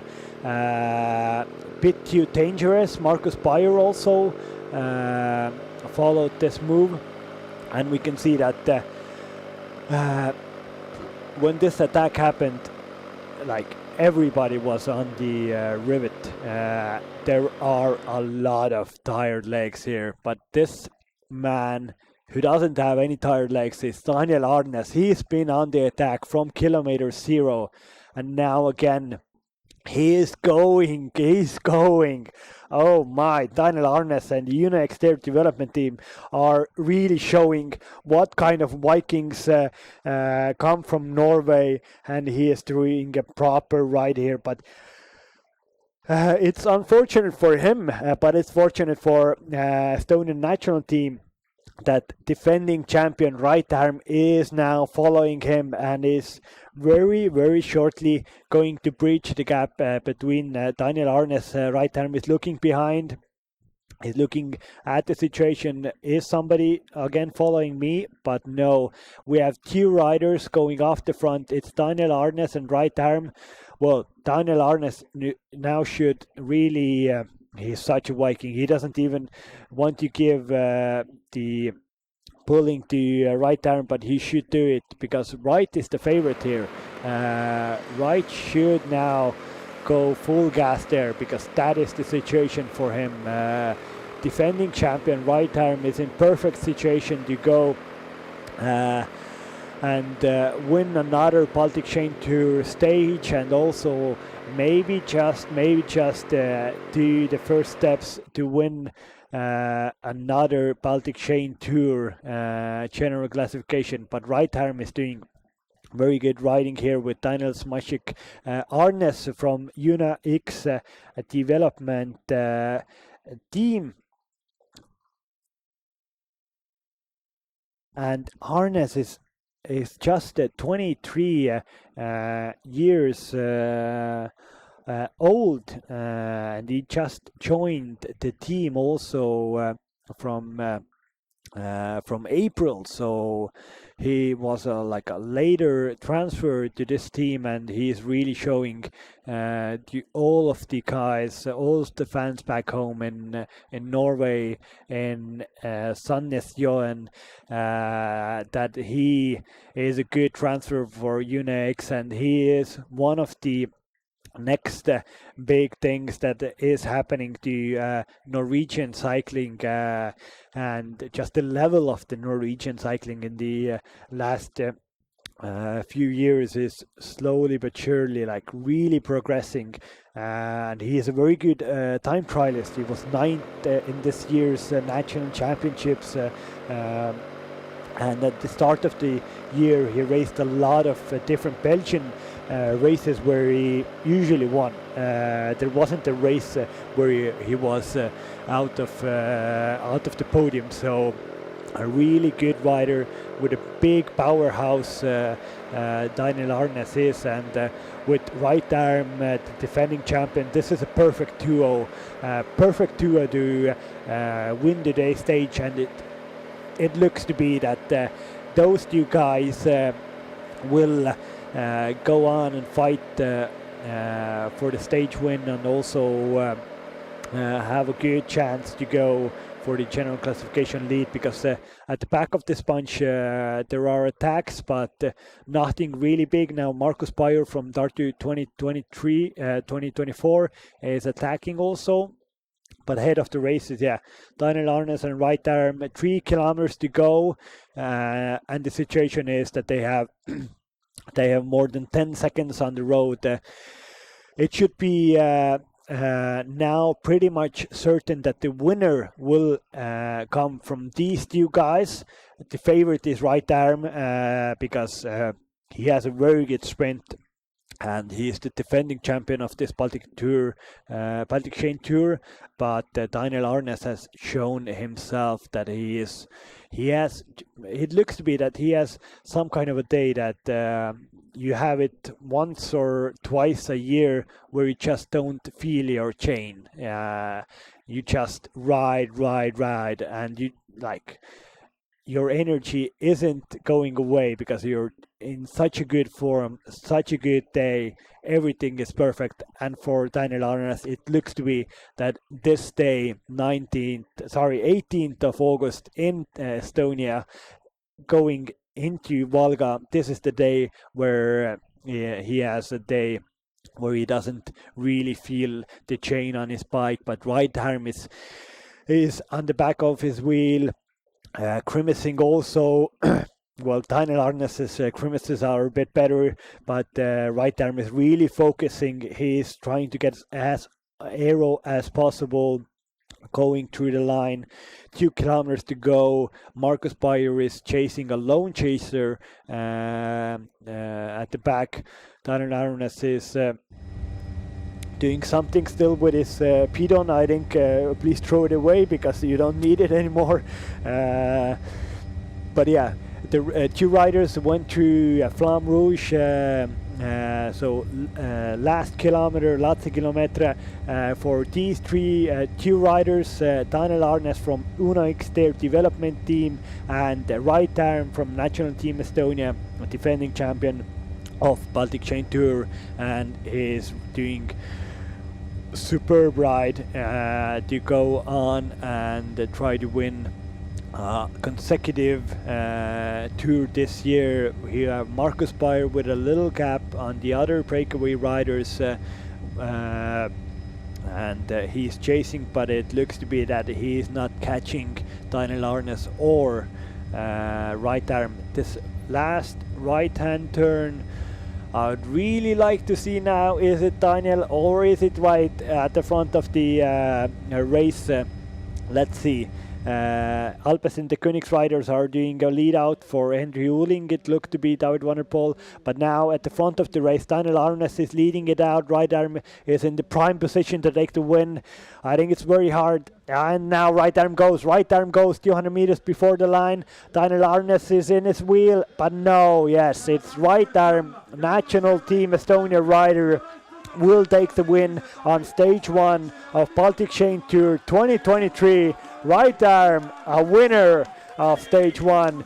Daniel Arnas, second place to Uno-X, their development team, and third place goes to, this goes to Aaron.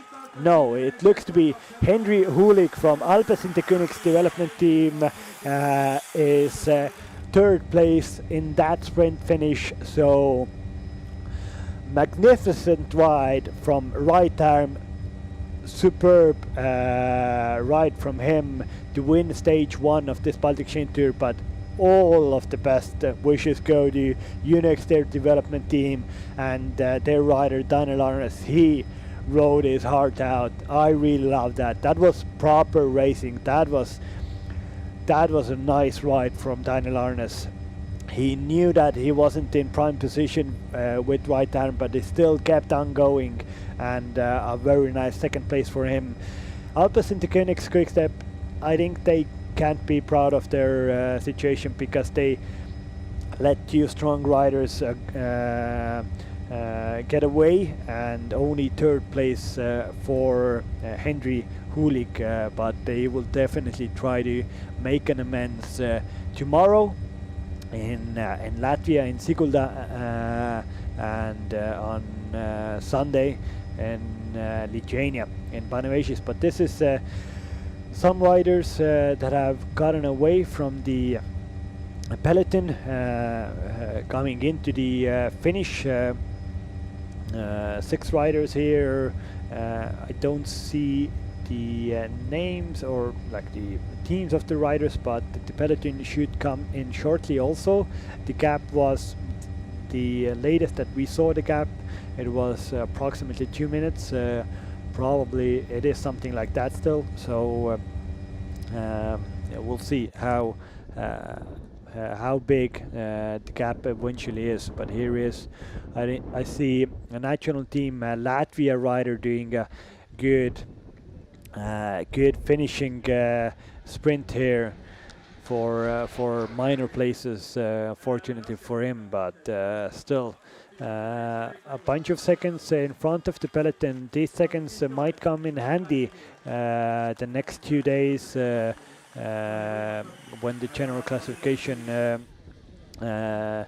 is played out. And here we have Alpecin Sky. One rider just went off from the peloton. Also rider from Maloja Push Bikers, ATT Investment, Lithuanian national champion is there, pretty near the front of the peloton, sprinting for minor places here. But the peloton, yeah, they had they did their best, but the breakaway did their very best. Estonian national team riders definitely can be proud of themselves, because their teammate Right Arm won today's stage, but they will have a very hard 2 next days when they have to protect the leader jersey of Right Arm. So especially tomorrow when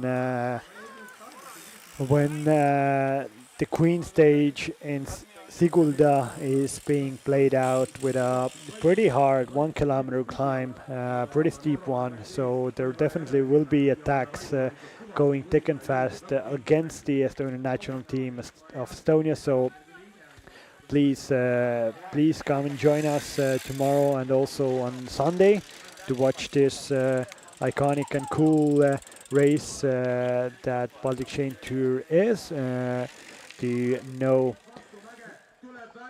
To witness these nice moments that we had today. And this is the replay of this Finnish Right Arm winner of today's first stage in front of Daniel Arnes of UNAX, their development team. And third place went to Alpecin development team, Henry Ulik. Good race from them also. A very fast 200 kilometers in 4 hours 4 minutes, so that was crazy fast. But yeah, here is the confirmation. Right Arm winner, Daniel Arnes second, Henry Uling third, Aronaus fourth, Christopher Skierping fifth, very good place for him. Filippo 14th, 6th, he can't be proud of that. Marcus Bayer 7th, Oskar Munch-Olsen 8th, from Aalborg team, Karl Kagevi 9th, and Victor Lichou 10th place here. So yeah, 199 kilometers in 4 hours and 4 minutes. Crazy. These guys were fast, super fast. But that was today's stage, first stage of Baltic Chain Tour 2023, and you can see that, yeah, Latvian national team rider who was front of the peloton a little bit, 2 minutes and 30 seconds, probably, yeah. The winner of the general classification will come from today's top 15, 16 guys. Those still have the possibility to go for the overall win. Probably the other guys don't have a very good possibility for that. But this was, yeah, stage 1 of Baltic Chain Tour 2023. We will have stage 2 tomorrow again, from start to finish, live commentary, live coverage. Same goes for Sunday. We start from 11 o'clock tomorrow. So we will meet with you again tomorrow. I was Christo and Vaga. I won't join you for the interviews and the award ceremony, but this live coverage will still keep on going with the interviews with the winners, also the award ceremony, and we will meet here on this same coverage tomorrow at 11 o'clock, when we will have the Queen stage of this Baltic Chain Tour 2023, stage 2, and that will be a place in Latvia. The center city, center country in the Baltic states. I really hope you enjoyed the time we had today following cool cycling. I hope you enjoyed my commentary, and I really, well, I know you enjoyed the racing today, because that was really nice. The riders really gave us a big spectacle, and they will do it tomorrow. So, well, you still have time to ride your bike, be active at the end of the day. So have a nice Friday evening, and let's see you tomorrow. I was Martin Laas, and this broadcast was brought to you by from Solar Wheel, from Skull Motors, from Voltas, and all of our good sponsors that made Baltic Chain Tour happen. Have a nice evening. Bye.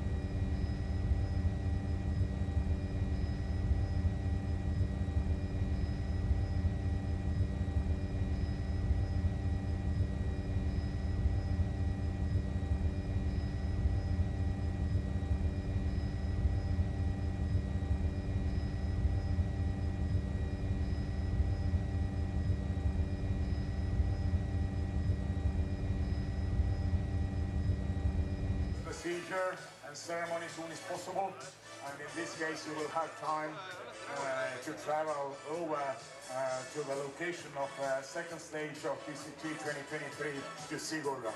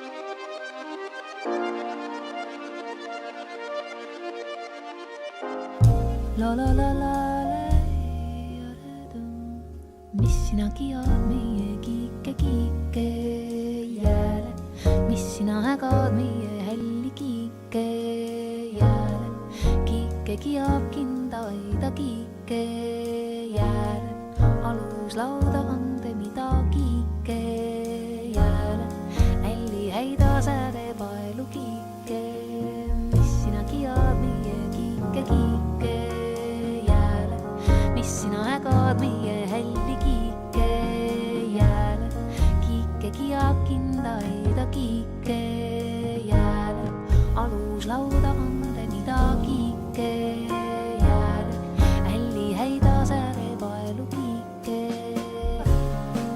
La la la la la la la la la la la la da da da da da la la la la la la.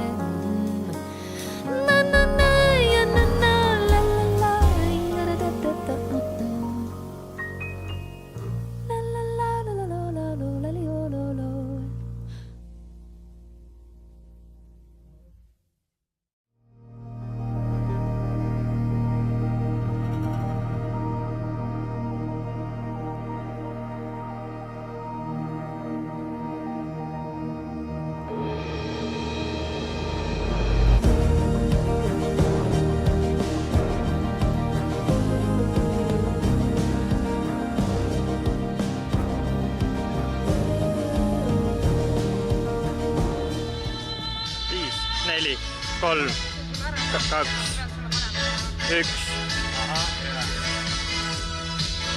We have here right arm from Estonian national team, winner of the first stage of Baltic Chain Tour 2023. How do you feel? I feel very good. Thank you very much. Take us through how did it happen? Like it was so fast stage today, there wasn't a breakaway for a long time. What happened? Yeah, at the first 100 kilometers it felt like a junior race. No breakaway, just attacking all the time. It was very, very fast, like 50 kilometers average, like the first few hours, I think. And yeah, luckily we had all of the dangerous attacks covered, so yeah, we had a good day. There was many people, quite big breakaway you had for end there. Who do you think was the biggest competitor, or when did you realize that you have the winning legs today? Yeah, at the first part of the race I didn't think I had the legs, but yeah, as the race went forward I started feeling better and better, and yeah, like the last I don't know 40 kilometers I already felt quite comfortable. Okay, Alo, Alo Jaakin, the director sportif, said that it wasn't the ideal situation for you, but you managed to win. So how did you felt there alone? Yeah, it wasn't ideal because we only had one guy in the big breakaway, because other big teams like Alpecin and X had two riders, so it was a little bit dangerous to be alone there. But yeah, I managed to keep it together, and yeah, luckily we won the stage. Good job, thank you. Thanks. to the country awarding ceremony.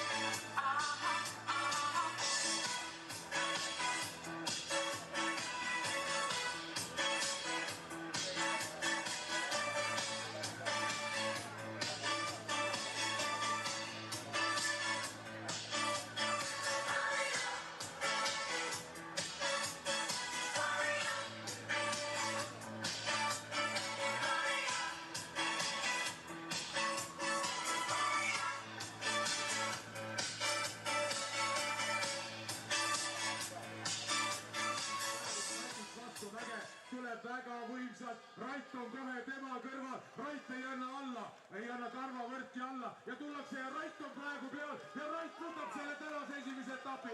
Spikiksil ei ole midagi vastu panna, teile suure aplausi, nii vähe kui meid siin on, täielik jõudemonstratsioon, Raidolt mõnusad tuuri võitjad ja vaatame praegu siin kolmanda koha konkurentsis, läheb oi-oi kui põlevaks ja siit Alpetsini meestest võtab selle number 45, kes sama kõikides vahetunnistitesse punkte kogudes. First stage, Tartu-Valga awarding ceremony.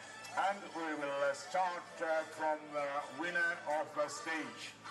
Baltic Chain Tour 2023, and first stage.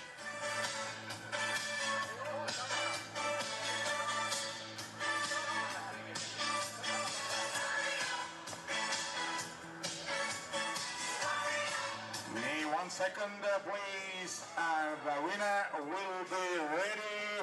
And ladies and gentlemen, the winner of the first stage, member of the national team of Estonia, last year's GC winner of the tour, once again, right there, Estonia, ja võitja, Mulluratooru üldvõitja, Eesti rahvusmeeskonna esindaja Rait R ja võitjaparga on Raiduril andmas Valga abivallavanem härra Kaupo Kutsar, and the award presented by the vice head of the municipality of Valga, Mr. Kaupo Kutsar. Ja veel kord meie ees on BALTIC velotuuri 2023 avaetapi võitja ja võit tuli Eestisse Raiter.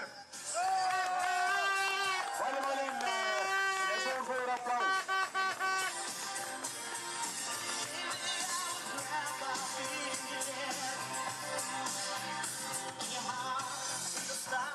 Ja kusagilt piiri pealt, Vilde-piiri pealt on meid vaatamas selle laulu esitajad Aina Tšöne, aga võitja taaskord ja suurepärane algus BALTIC velotuurile aastal 2023 ja Eesti rahvusmeeskonnale Raiter, suurepärane võistlus. Kõikidele üllatusena, mitte aga võitjale veel endale ja nüüd loomulikult auga on mees ära teeninud selle šampuse, duši ja kohe-kohe see suurepärane jook ja pudel on avanemas ja meeskonnaliikmed ilmselt Raidu fännid saavad selle sisust osa. Aga veel kord siis avaetapi võitja Raiter meie ees, võitjapärk kaela, auhinnad, lillekimbud ja võitja šampus. Järgmisena peale esimest etappi ja erinevate särkide kategooriate võitjad ning liidrisärgis BALTIC velotuuri teisele etapile läheb vastu ei keegi muu kui tänase etapi võitja ja loomulikult on see Eesti rahvusmeeskonna esindaja. Kiire garderoobi vahetusi, parandusi me selle kohta öelda ja kohe daamid ja härrad tõuseb teie ette taas. Raiter!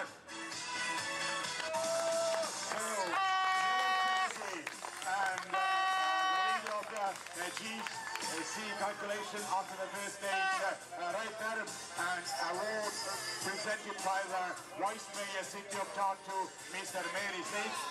Auhinda on üle andmas Tartu abi linnapea läbi ja lõhki rattamees Meelis Leik.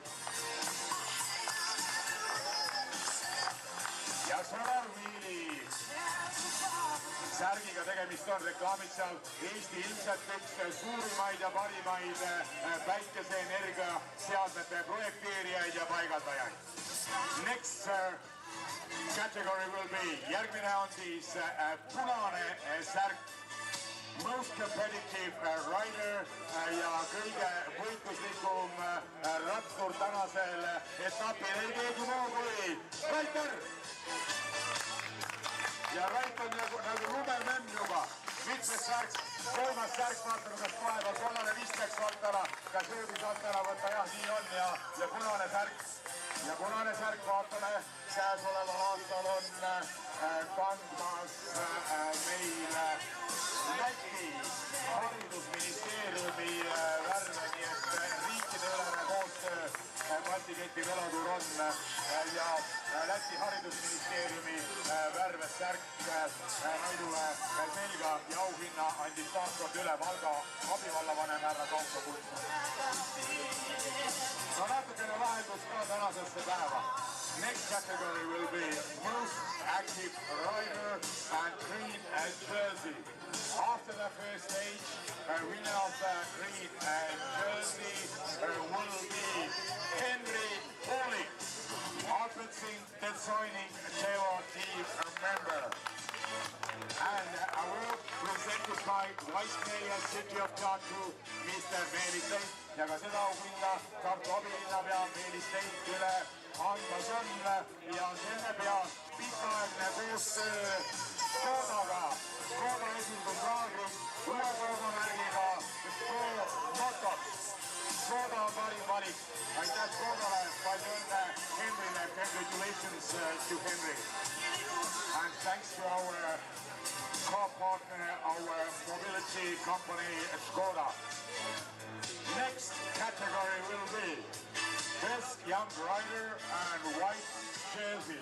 Järgmine parim noor rattur ja valge särk peale avaetappi selles arvestuses on tuuri liider ei keegi muu kui Henry Ulik, representing Alpecin-Deceuninck Tevo team once again. And you will see at Sportas on the chest of the white jersey ja auhinda on üle andmas Kaupo Kutsa. Parim rattur peale avaetappi ja valge särk Henry Uliki pärast on. Tõsi, homme läheb Henry etapile rohelise särgiga ja valge särk selle arvestuse järgmisele ratturile selga minemas on.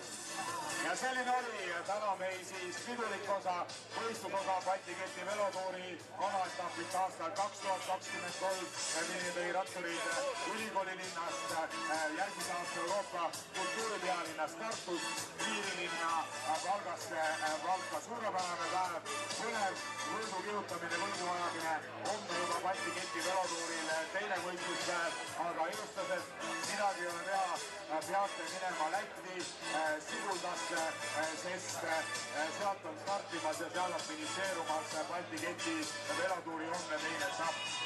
For us Estonians, we had to travel to Latvia, a little tourism as last weekend, big number of Latvians, maybe around 1,000 Latvians participated here in Valga Solar Wheel first MTB marathon, and at the same time also the medals of Estonian travel championships were played out. It was 1 week ago, and now it's Estonia's turn to travel to our southern neighbors to just south and share for the BCT second stage, which will take place in Latvian winter sports resort, world famous winter sports resort in Sigulda.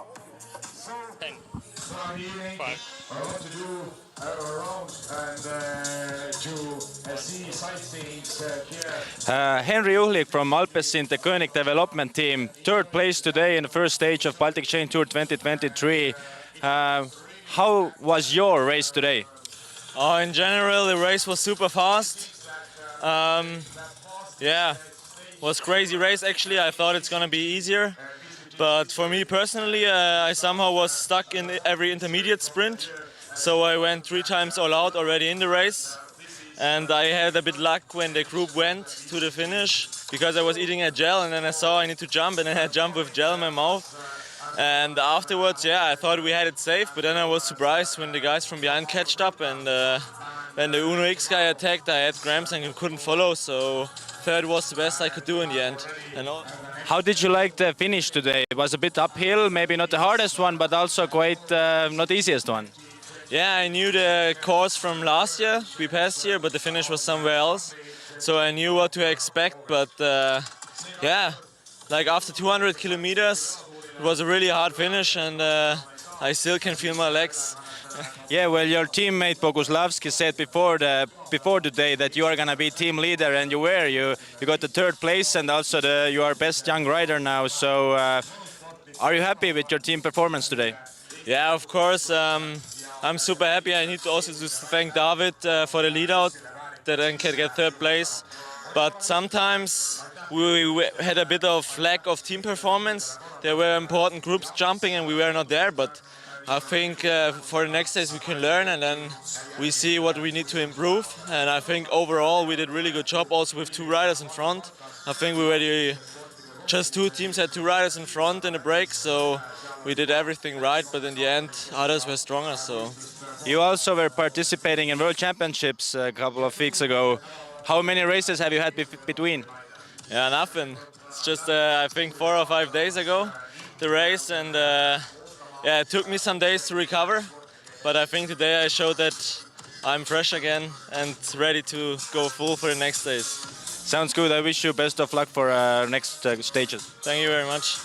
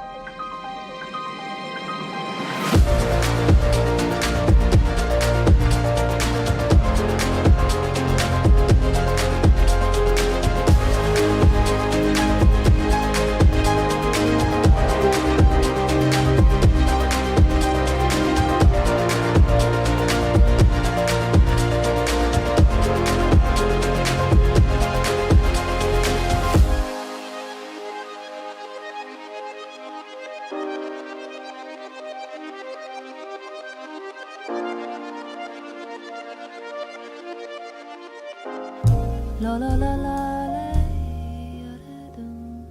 mis sinagi oled meie kiike jääle, mis sina sina ägad meie helli kiike jääle. Kiike kiab kindaida kiike jääle. Alus lauda ande mida kiike